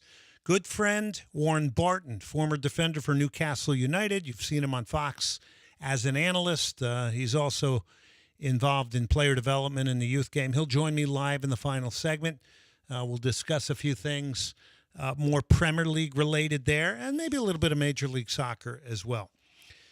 So coming through Houston, we got Women's Gold Cup this week. We have Copa America coming this summer. We have the Men's Gold Cup next summer. 2026 World Cup coming to Houston for a spectacular 7 matches. So you fast forward to June in the Copa America, this in a lot of ways will give us a bit of that World Cup feel. And people will attend these matches at Energy Stadium with World Cup 2026 in their mind. And the fever will begin to grow as we continue to move forward. So it is crazy good summer of soccer, and that's before we even talk about the Houston Dynamo opener, and also the Houston Dash will get underway with the new head coach in Fran Alonso. So we got a lot to talk about tonight. 713-780-3776 is the number. 713-780-3776 is the number. All right, so Tim Parker would put St. Louis up. And I see a lot of people saying, well, Tim Parker, he never scored for the Dynamo. And yeah, but you got to remember the team he was on. It was not a very good team. And if you were a defender, and I've said this on the show before, back on those teams, what you had in front of you was not very protective. It's a whole different ball game. So it's kind of an interesting thing to look at and think about. Why didn't he do better here? Well, I mean, I think it was very difficult on that team for any of the center backs at that point. They didn't have an auteur sitting in front of them. 713-780-3776. All right, here's the Sebastian Kowalczyk equalizer. This comes in the 72nd minute here after a wonderful ball from Aliou Ibrahim. San Luis ahead in the score. Aliou. There's danger. Aliou with the pass. And the equalizer. Yes, goal. Goal. Okay, so that was Aliou. It was 1-1 at that point. Tim Parker had scored earlier. Sebas Ferreira had gone off with a hamstring. That was very sad to see. And then Hosai Kijima scores the game winner. This comes in the 90th minute now. This is Brooklyn Raines in the box. Touch kind of gets away from him, goes in soft. And really, Kojima just fights his way and overpowers him, and then, has a wonderful look at goal here and gets the game winner. They won the victory. Pompeu with a cross. Rindeschelma Kijima goal. Goal. Okay, so 2-1, that's how it ends. And you'll go back to Houston on Tuesday for the second leg of CONCACAF Champions League. Now all attention will switch to Sporting Kansas City this weekend. Here's Ben Olsen, the head coach, on his optimism. That's part of these seasons sometimes, is you have to weather injuries, and a few guys doing green cards, and Hector's out. Quinones just did an ACL, so he's out for the season. And that's why, adding all that up, I think I have real optimism with this team in losing a game. Usually I'm not so optimistic after losing a game, but for what we've been dealt, I think over the last month, it was nice to see some guys that maybe wouldn't have been in this game have good performances. Brooklyn Raines, a young kid who ends up, unfortunately, on the last play being a part of their goal, had a wonderful game. And it's nice to see some of these guys. Tate Schmidt, been out a year for an ACL. He came back and I thought had a good performance. So overall, we'll take the positive from it. I'd add Sebastian Kowalczyk to that. I agree with Ben there with Schmidt, and Brooklyn Raines gets really valuable minutes, but Sebastian Kowalczyk played the best game I've seen him play in a Houston Dynamo uniform. He's had a full preseason now, the Polish player. And people are moved forward in the pecking order with people not around. We'll see what's going to happen with Franco Escobar. Ben Olsen told me earlier in the week or 2 days ago on this show that that's all rumor. There's people saying that there's a deal being done with Inter Miami. There's other people saying he's been injured. But look, both these teams looked like teams in preseason. I would not make too much judgment on this, except for the fact that the players were aggressive. They were bought in. They were in a live situation. I think you expect unforced errors in this. You're coming off of Guadalajara, Mexico, and you're playing second and third teams down there. It's not a real test. This is a real test. And by the way, a real crowd too, right? Big crowd. And you expect the decision-making not to be the sharpest. We saw that. And then you expect to some degree the potential of injury, because all of a sudden everything is really ratcheted up from a physical and a mental standpoint because of the fact that this is real live competition in the CONCACAF Champions League and ultimately to play to get to the FIFA Club World Cup. Really sad to see Sebas Ferreira go down, because I think as I saw online a number of people mention that Sebas looked bought in, was sprinting, trying to pressure people. We really didn't get to see much before he gets injured. But in the first minute, you saw him sprint 50 yards and close a player down. Feel bad for him. And I believe that's a hamstring. Real heavy early pressure from St. Louis. That's their trademark. And you can see, and this is not a slight, this is a very obvious observation, but you realize with so much that goes through the decision-making of Hector Herrera, his absence is absolutely glaring, and it was glaring in the early part of the game because the Dynamo were a little bit scattered with the pressing game of St. Louis, and Hector's so good at helping the Dynamo navigate a lot of that pressure with the amount of time he gets on the ball. And, this match reminds you of how good of a season that man had last year and how different it looks without his leadership. It's just the way it is. Others are going to have to step up. I think that's Coco Carrasquilla. But the amount of the ball that goes through Hector Herrera and the decisions he makes and how he enhances others and orchestrates, it's as good as anybody in the league. And his presence out there just gets reaction from an opponent. 713-780-3776, weigh in on the Dynamo opener, pros and cons in that one. A lot of good things heading into their opener. Oscar, you're first up tonight here on Soccer Matters. What's on your mind, Oscar? Hey, what's up, Glenn? How you doing? I'm good. Yourself? Hey, I was just wanting to know. I met you one time over there at the Heights. I was a FedEx driver. We chopped it up a little bit about soccer. It was before the World Cup. Oh, I do remember. Yes. Did I give you one of the show T-shirts? Yeah, you gave me a Soccer Matters shirt. Absolutely remember you. Your face is coming visionary to me. All the time. Yeah, that was fun. That was fun. How are you? Yeah. I'm good. No, I just wanted to talk about the Dynamo. Man, I think it was a great game yesterday, from where they came. They've been coming from, for the last couple of years. I mean, the building process. I mean, last year was really good. This year, from last night's game, it's really encouraging because you see all these new faces that you haven't seen in competitive game, and they get their chance. They go in there, and they put a great effort, a great performance. I mean, it was a hostile environment, 2-1. I mean, I'll take it any day.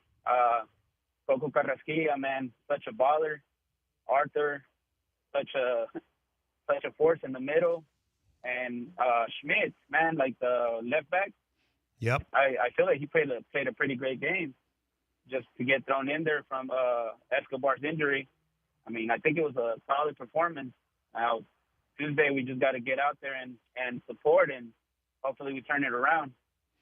I like your takes. I think it was a great night for Brooklyn Raines, Tate Schmidt, Sebastian Kowalczyk, all getting more minutes, more opportunity in front of a big crowd.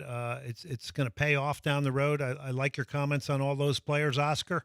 And, yeah, that's good positive stuff there. And let's see what happens against Sporting Kansas City. But truly, opportunity beckons when others get injured. And it's been a tough season for the Dynamo. I mean, Nelson Quinones, goes out injured. Hector Herrera out injured. Escobar, that's 3 starters right there, right? So that's a lot. But I appreciate the comments, Oscar. I will see you around. 713-780-3776, 713-780-3776. Again, you can't get too high or too low.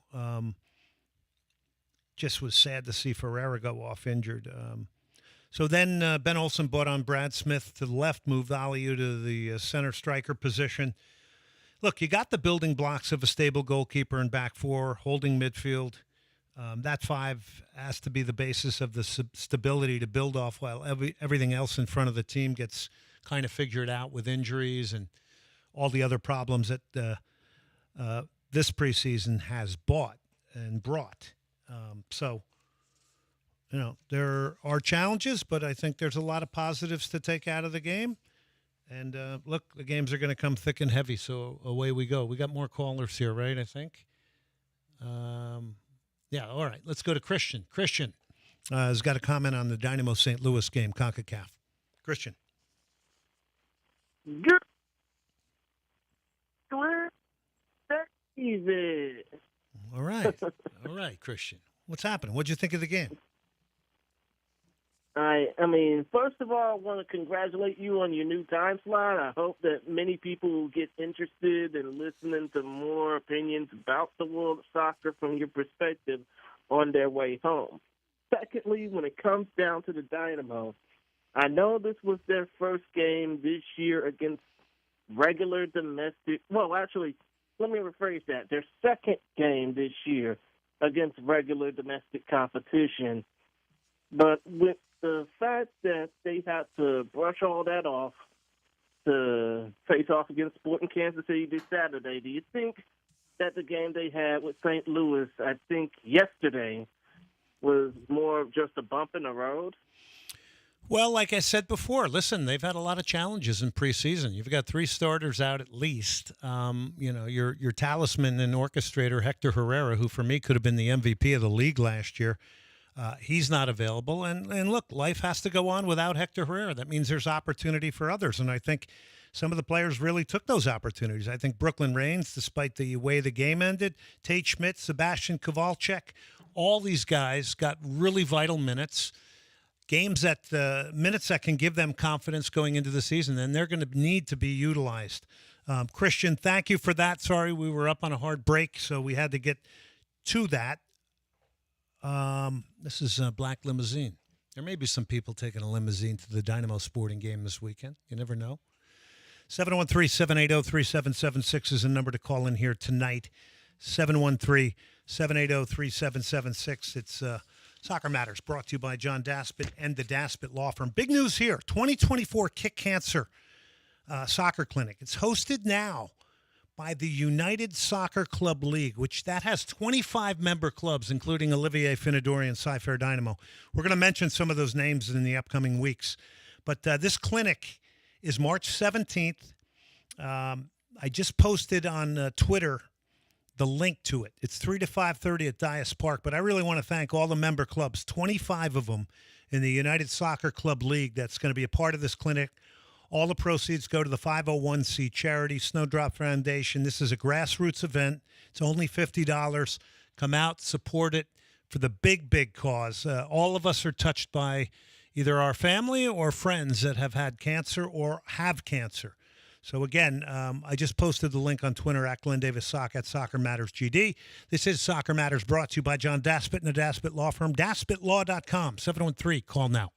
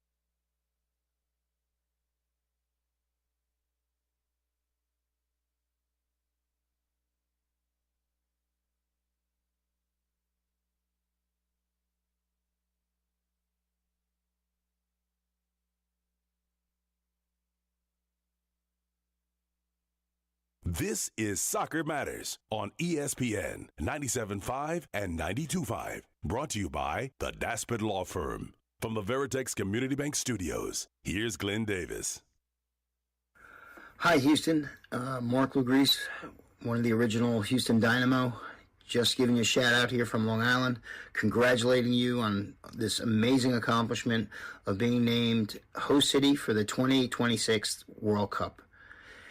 Houston is a special place. I got to experience it firsthand.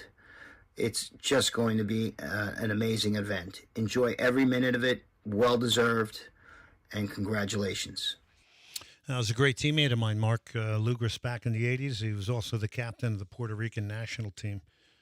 Great guy. Still to this day, he's coaching college. He's coaching the youth game. Just absolutely all over it. So we were sad to see Sebas Ferreira go off with the hamstring. Like the Dynamo needed any more injuries. Not sure if you saw the starting lineup. Fox had the broadcast was pretty rough. It had listed Luis Caicedo in it, and there was actually a shadowy black figure that looked like Luis Caicedo. I don't know what to say about that. But, part of that gets me into the fact that we really never got a definitive reason why the Dynamo goal was called back. They could have been looking for the offside on the initial long ball on Coco Carrasquillo, who was against the last line of defense. Then it goes towards Aliou Ibrahim. It does not look like he touched it based on some of the video we saw. But if somebody saw anywhere where it was definitive, I don't know. Now, the guy who's calling the game is not at the game. He's in the studio. So unless they have some sort of connection to what's going on there and the referees, he's not going to be able to find out. He can only speculate, and that's what happens. So we're still out here speculating. We still don't know. Eventually, VAR decisions in MLS are going to be announced to the crowd. There's going to be a speeding up of players coming off the field, but that will not occur tonight, and I don't think that will occur Saturday as long as there are replacement referees. So that's another thing to keep an eye on tonight. Inter Miami plays Real Salt Lake, so Inter Miami is going to run into a very aggressive style of Pablo Mastroeni tonight at 7 o'clock, literally, in about 40 minutes or so. So there you go. More thoughts. What do you have from the Houston Dynamo so far? 713-780-3774, 713-780-3776, excuse me. That's ESPN. So on Monday, Ben Olsen said Escobar was out being rested because the target was to start him against Sporting Kansas City. The rumors to Inter Miami are strong. Ben said those are rumors. You got to look at it in a lot of different ways from the outside. I love Escobar, by the way. I love his spirit, his ability. Don't forget the header he pounded in to beat Sporting Kansas City in the playoffs. Don't forget the sacrifice he made to play left back for a season. He was brought to Houston to be a starting right back. And then, lo and behold, Griffin Dorsey, he emerges. This happens in sports. He gets a bigger contract. He's a big part of the reason why the season turns around. And this is business. And as much as everyone is about team, individuals have wants and desires. I'm not sure, but I'm going to go out on a limb and say I don't think Franco Escobar wants his future to be at left back. Maybe one year I'm doing it for the team. And by the way, it was a very good left back. And being right-footed, that's not an easy thing to do. You heard us say that on the broadcast last year a lot. But he did give you that kind of inside run, between a center back and an outside back that at times was very dangerous. But don't forget the header he scored against Sporting Kansas City in the playoffs to keep the Dynamo moving. Because it's not as though the Dynamo were raining in a lot of goals in the playoffs. 703-780-3776. They won it on defense and possession and timeliness. But I mentioned you at the beginning of the preseason to keep an eye on the Franco Escobar situation. Now, Coco Carrasquillo is another one I want to talk to you about because Coco had just moments and glimpses of just wonderful stuff that everybody buys into. And he's really the guy that has to step up, I think, when it comes to ideas and being the main man to play through. He's not going to be Hector, but you're going to have to play through him more. I thought he had a wonderful ball to Aliou for that goal that, for what I saw, should have counted. It was almost criminal. But nobody's given us an explanation. It's a bit of a mystery. But because he signed a new contract, the Dynamo had to pay him more. There's no question about that. He's an ultimate consummate pro. We know that because you watch him and his behavior. This guy's a professional, and he's a young guy. This guy also wants to go to Europe. He made it very, very clear. So if somebody comes in and hits the number the Dynamo have for him in the summer, he could still go, okay? So it's not as though, people are writing as though he's locked in for the rest of his career. As much as we'd like that, that's not the reality of the situation. Lamar Hunt U.S. Open Cup not going away. It's just we're just trying to figure out what the MLS involvement will be in it. Does MLS have to be involved? I think after what we experienced last year, we loved it. But you even heard Ben Olsen say, in the beginning, you're resting guys, and then all of a sudden you find out you're closer to the Holy Grail, and then you start playing your better team. Now, don't get me wrong. I loved it with the Dynamo last year. The MLS connection gives it a higher profile. You can see how it affects fans emotionally right now, which I love, who get the deeper meaning of the history of the Lamar Hunt U.S. Open Cup. Now, can you imagine Dallas not playing in it when their owner and the guy who built the first soccer-specific stadium and going all the way back to the Dallas Tornado, Lamar Hunt, who's been so involved in soccer, and his team's not playing in it. But I love the passion of the fans that are out there. There's a lot of people that are kind of tiptoeing around it. This is the system. Now, to understand the Lamar Hunt U.S. Open Cup is to understand our deeper history in soccer before any MLS and anything else occurred here. What happened was people came to our country. They brought the things that they love, including soccer/football, whatever you want to call it.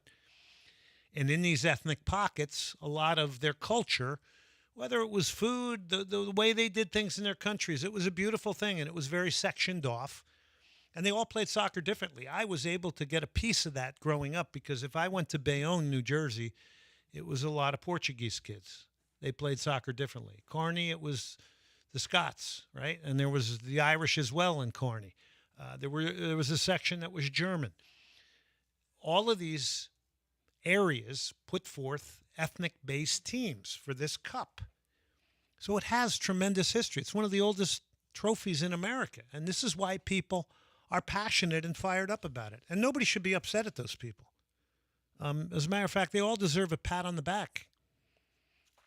Now, you also have to recognize that MLS is growth. We don't like some of the things about it. Nobody likes everything about the NFL or the NBA or MLB either. I've talked about the fact that sometimes it seems to be a bit too controlled and that we need to get, you have people who, well, we should be on morning talk radio. Well, you're not going to get on morning talk radio if all you're going to do is, not have any real debate about the game or take it a little bit deeper or praise Brooklyn Reigns, but also say that, he ultimately takes some responsibility as a young guy for the last goal that's scored in the final minutes of a game. It's called a learning moment. There's nothing wrong with that. All in all, that was a great night for Brooklyn Reigns, and I think that's a night where you heard Ben Olsen. It's going to give him confidence to play him. Tate Schmidt, how about this guy? Imagine him. Started off the year last year for the Houston Dynamo. Great width he was bringing to the team. And then the guy tears his ACL. And you bet your bottom dollar that guy sat around at times thinking, is my career going to end here? How am I going to come back from this? Because that goes through every guy's mind. Sebastian Kowalczyk stepped up. So there's a lot of good. All right, let's go to the phone lines. Chiquito. ¿Qué pasó, Chiquito? Hey, Mr. Glenn. I hope you're doing well. I'm doing good. I appreciate the chance to speak on the game last night. Do it. I do agree about Reigns. I thought he had a decent game, and I'm hoping he doesn't get too beat down on his one mistake. But besides him, I really wanted to highlight Kowalczyk. You mentioned him just right now. I thought he was fantastic during the entire game. To me personally, he looks like the exact type of player that we have needed for quite a while now. He sees the game, in my opinion, always one or two steps ahead compared to some of the other, quote unquote creative guys that we have in our midfield or in our forward line. And I think he's gonna kill it this season, and I hope he does.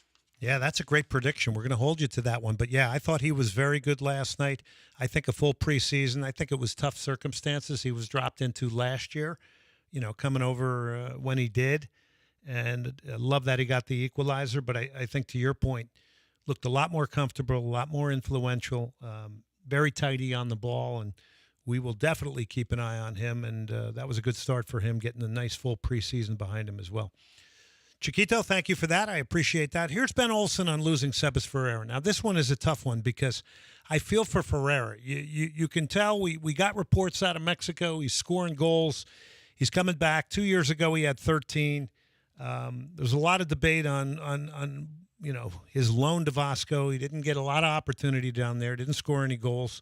So here's Ben Olsen last night on losing Sebas. Sebas looked fitter, looked sharper, looked like he was more involved in what I think is the non-negotiable of what you're doing when the ball is lost. Here's Ben Olsen on Ferreira. Losing a striker in the first, portion of the game, probably will be out for quite a bit. I had to make some changes on the fly. Yeah. So the changes on the fly were Brad Smith came on and Aliu went to the center forward position. But again, here's another injury, right? This is not an easy start to the season. That said, it's an opportunity for others, and it's time to potentially keep things moving forward. Get yourself in a position, and I'm going to say this again, and I said this 2 days ago.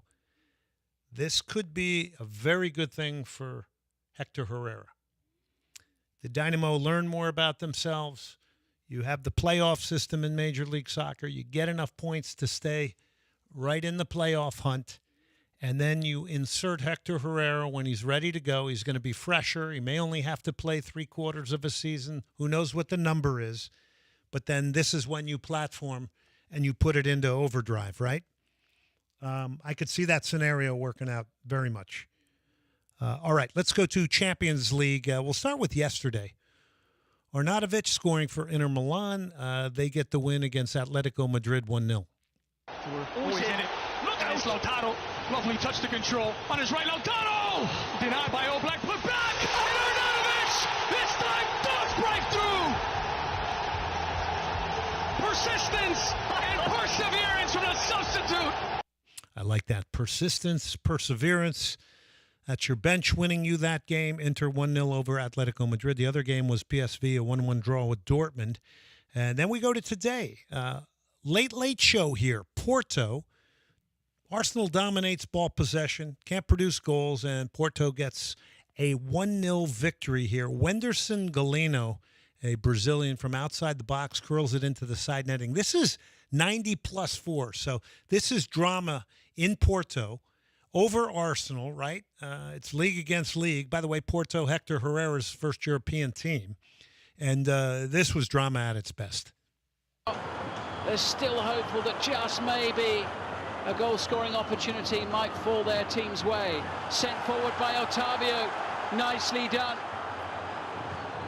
And the shot into the back of the net with the last kick of the game. Galeno brings the moment of magic.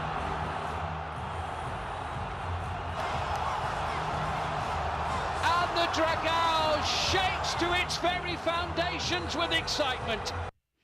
By the way, get that commentator, Kristen Ball. He called that. That was pretty cool. But the scenes and the images, I was watching this, was pretty spectacular. You love it. So now Porto goes back to Arsenal and with a 1-goal cushion. So that's not a bad thing. All right, Victor Osimhen scored an equalizer for Barcelona in the 75th after Robert Lewandowski had scored in the 60th. So that one ended today 1-1. These were two good goals.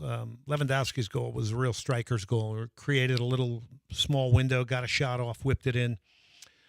Caitlin Clark, the Iowa basketball player. You know, I was watching her the other night, and I'm thinking of something simple, which I'm sure everybody's thought of, but truly amazing. She's redefining the shooting range of the women's college basketball players. She's like the Steph Curry of women's basketball. Truly amazing.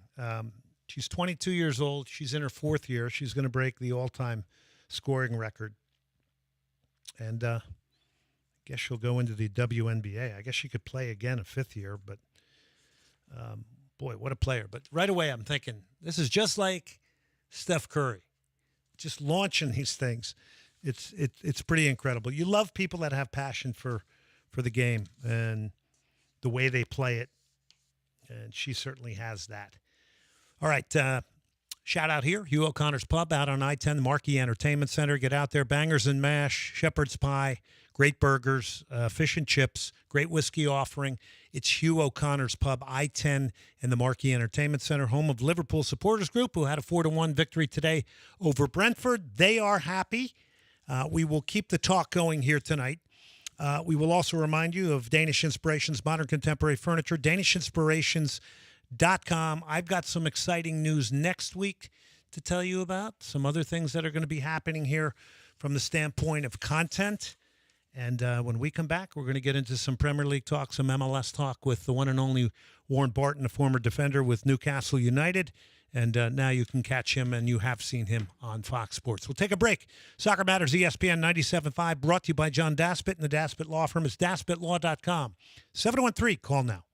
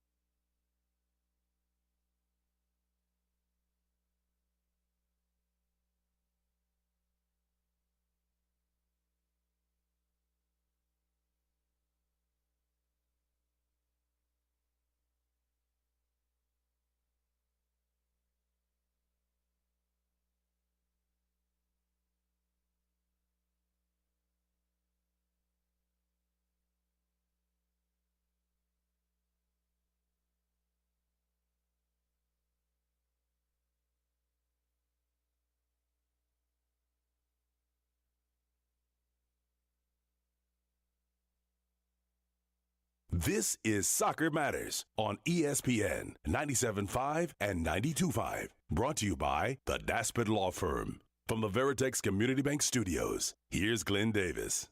The young, one of those players whose future is again being discussed.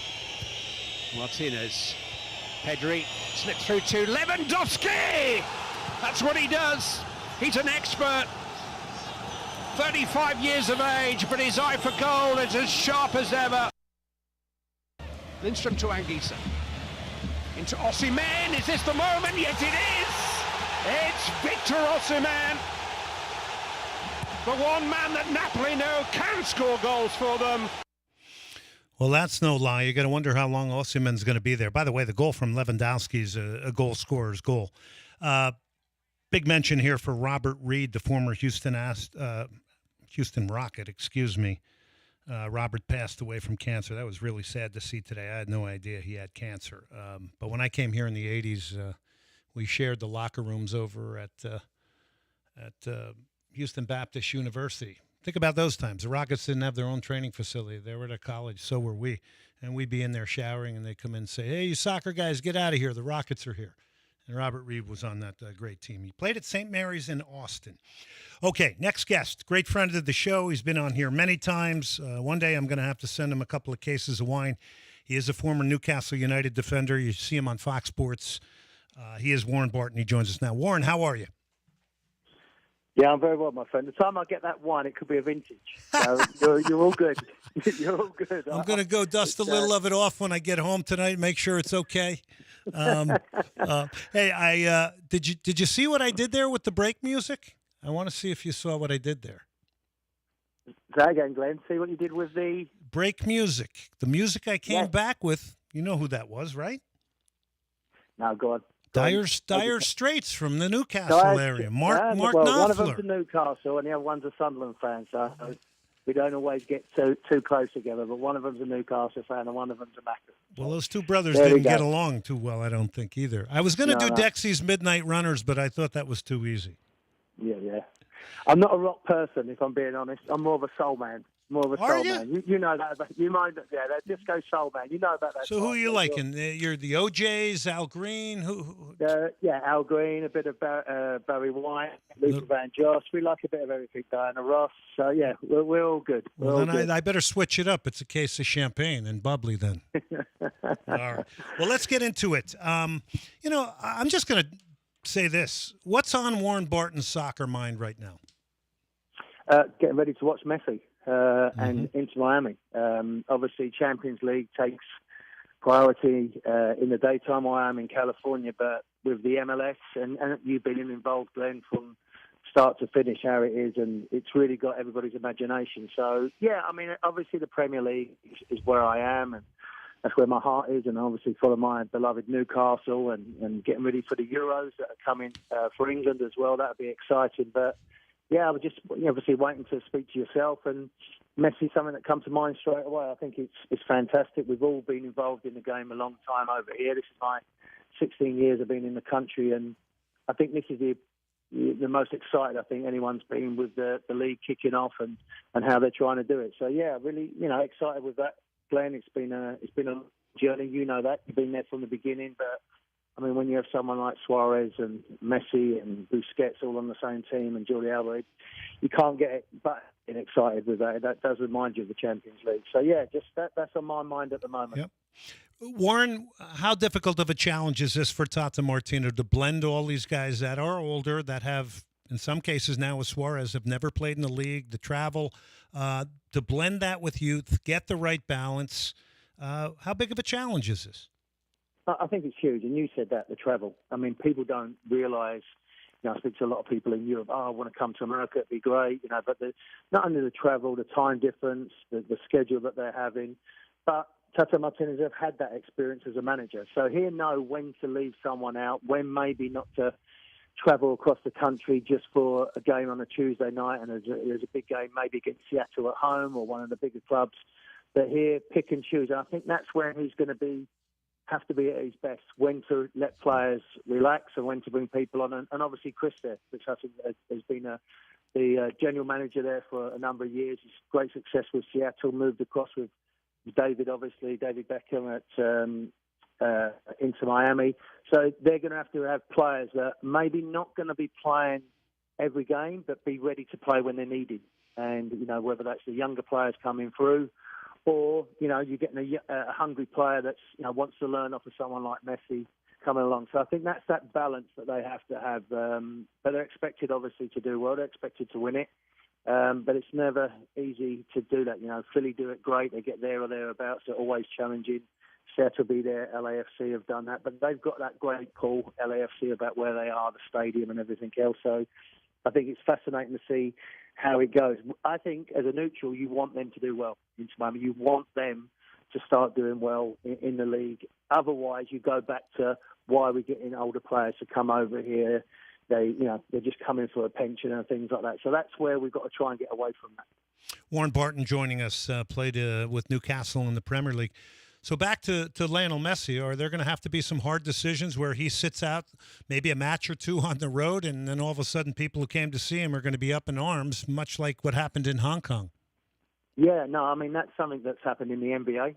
Talking about losing a great player from the Rockets with the NBA. That was a turning point when I think San Antonio started doing it first, where they was resting players, Kawhi Leonard, and people were paying their money to see the top stars. So that's quite new to soccer. You know, people are coming to watch their team rather than coming to watch the superstars. Yeah, that's Ronaldo and Messi has changed that really in the sense if De Bruyne doesn't play, Man City's still got a full house. You know, people are still coming there to watch. Or if, you know, Bruno Guimaraes is not playing for Newcastle, there's still 52,000 Geordies turning up to watch it. So that's something that the league and obviously Messi is going to discuss about what he needs to do.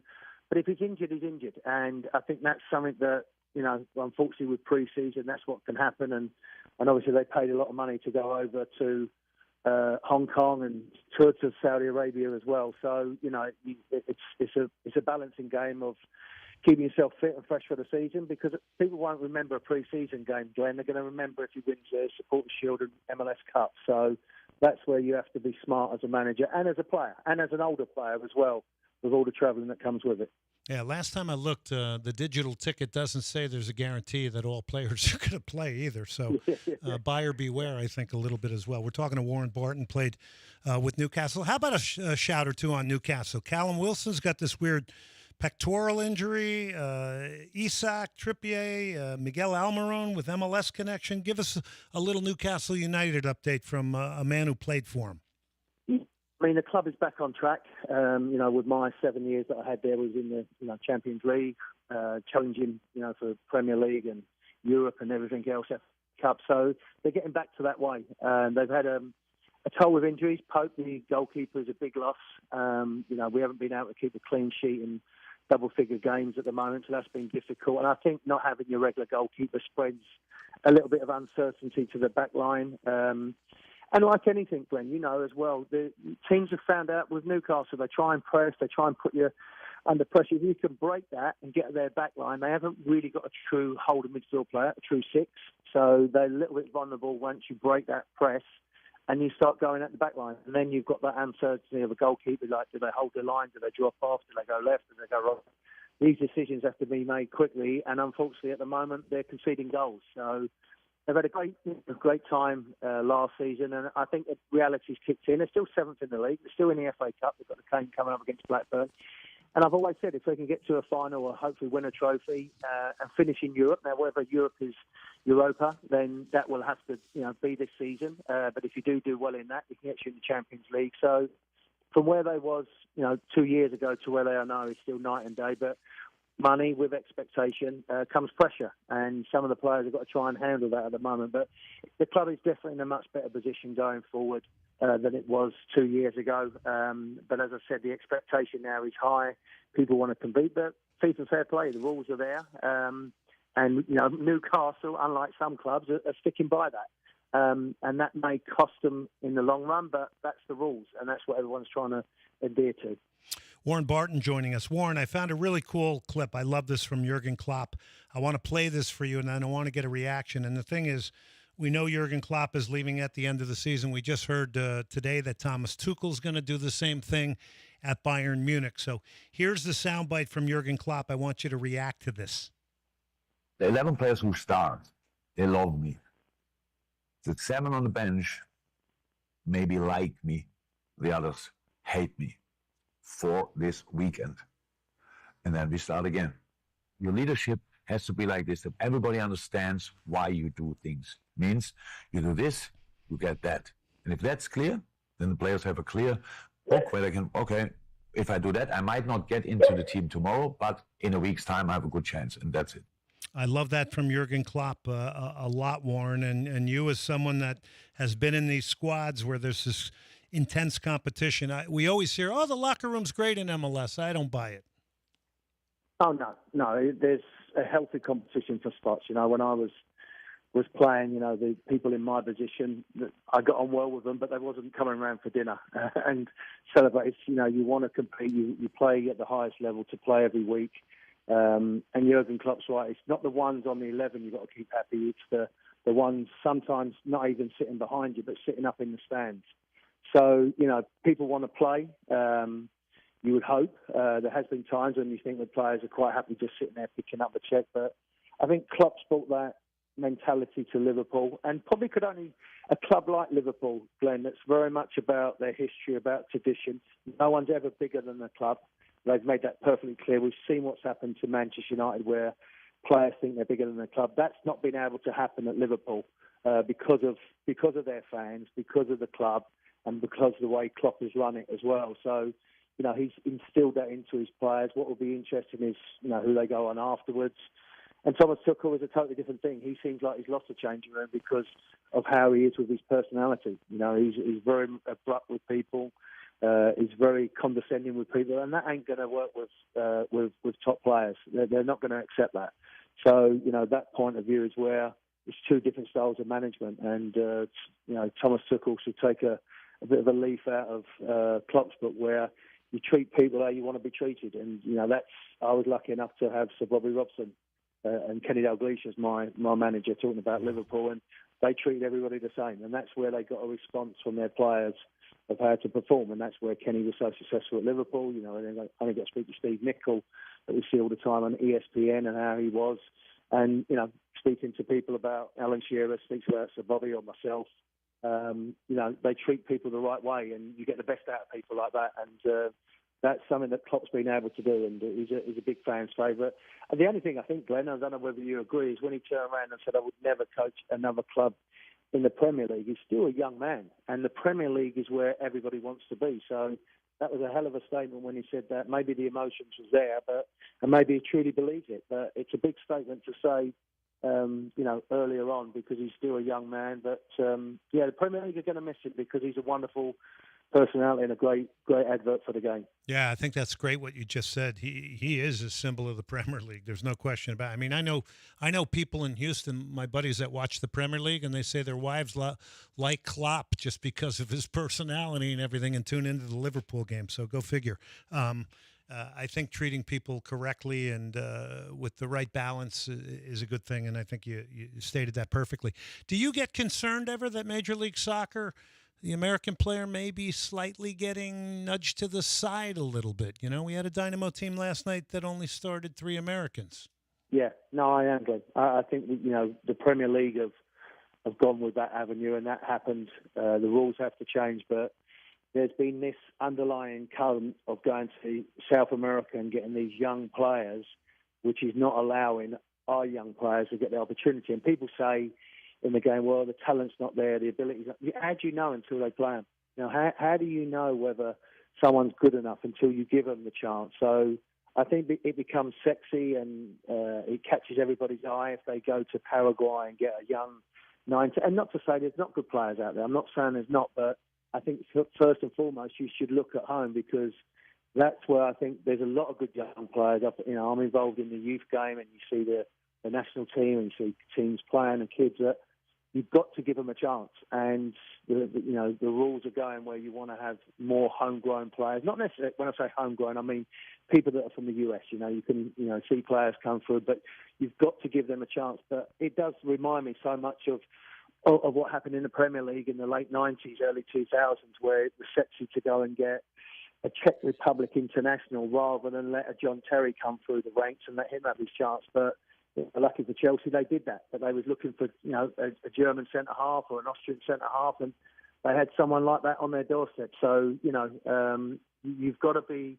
conscious of it's your game. The MLS is America's game, and you've got some talented players out there, but you've got to be brave enough as a coach to play them in there. But it goes back to that man management as well. You've got to make sure the kids are ready to go in there and play, and give them that opportunity and see it. But until you get given that chance, you don't know. And if they don't take their chance with a young American kid, that's their loss. That's the nature of the business. And I'm not saying you give them 10, 20 games, but you give them a couple of games to try and see if they're good enough and around that environment, and can they handle it.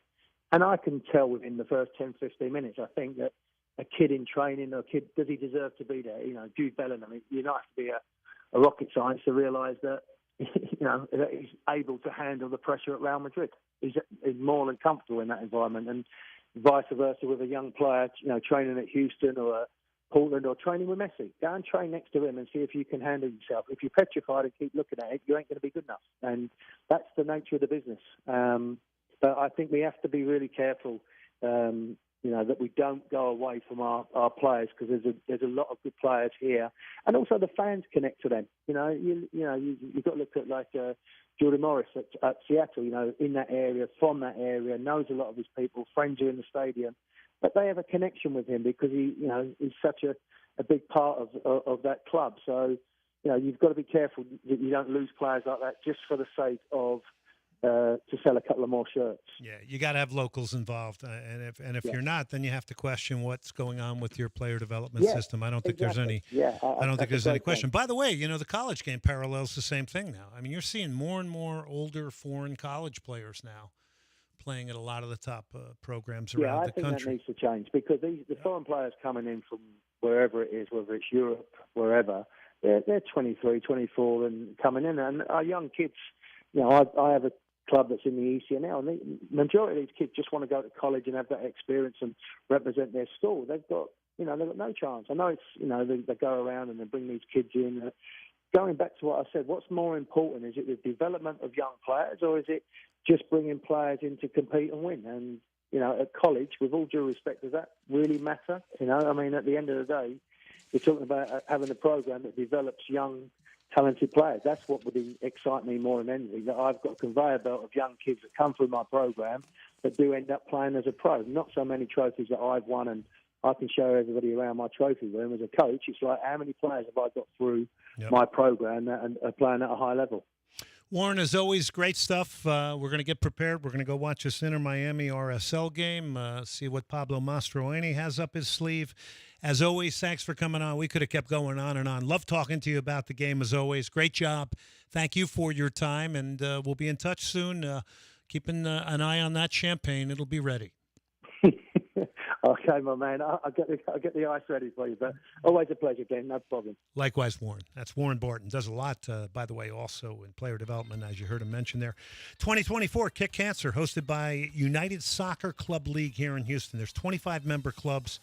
This is a Kick Cancer clinic. It's coming up Sunday, March 17th, 3 o'clock to 5:30 at Dias Park. It's only $50. Check out my social media. We're going to have the links posted there where you can sign up. A big thank you to those 25 clubs. Big thank you to John Daspit and the Daspit Law Firm. You get in a car motorcycle accident, you need the best in representation that's going to work for you 24/7 nights and weekends. That is the Daspit Law Firm. It's John Daspit, the Daspit Law Firm, daspitlaw.com, 713. Call now for my producer extraordinaire, Guillermo Lazo Romero. He's got to go with 3 names. I'm going to just start calling him Lazo, and we're going to do Brazilian maybe. I think that would be pretty hip. All right, Guillermo? We'll think about that. That'll do it for tonight. Until next Monday and Wednesday, I'm Glenn Davis. Remember, soccer matters.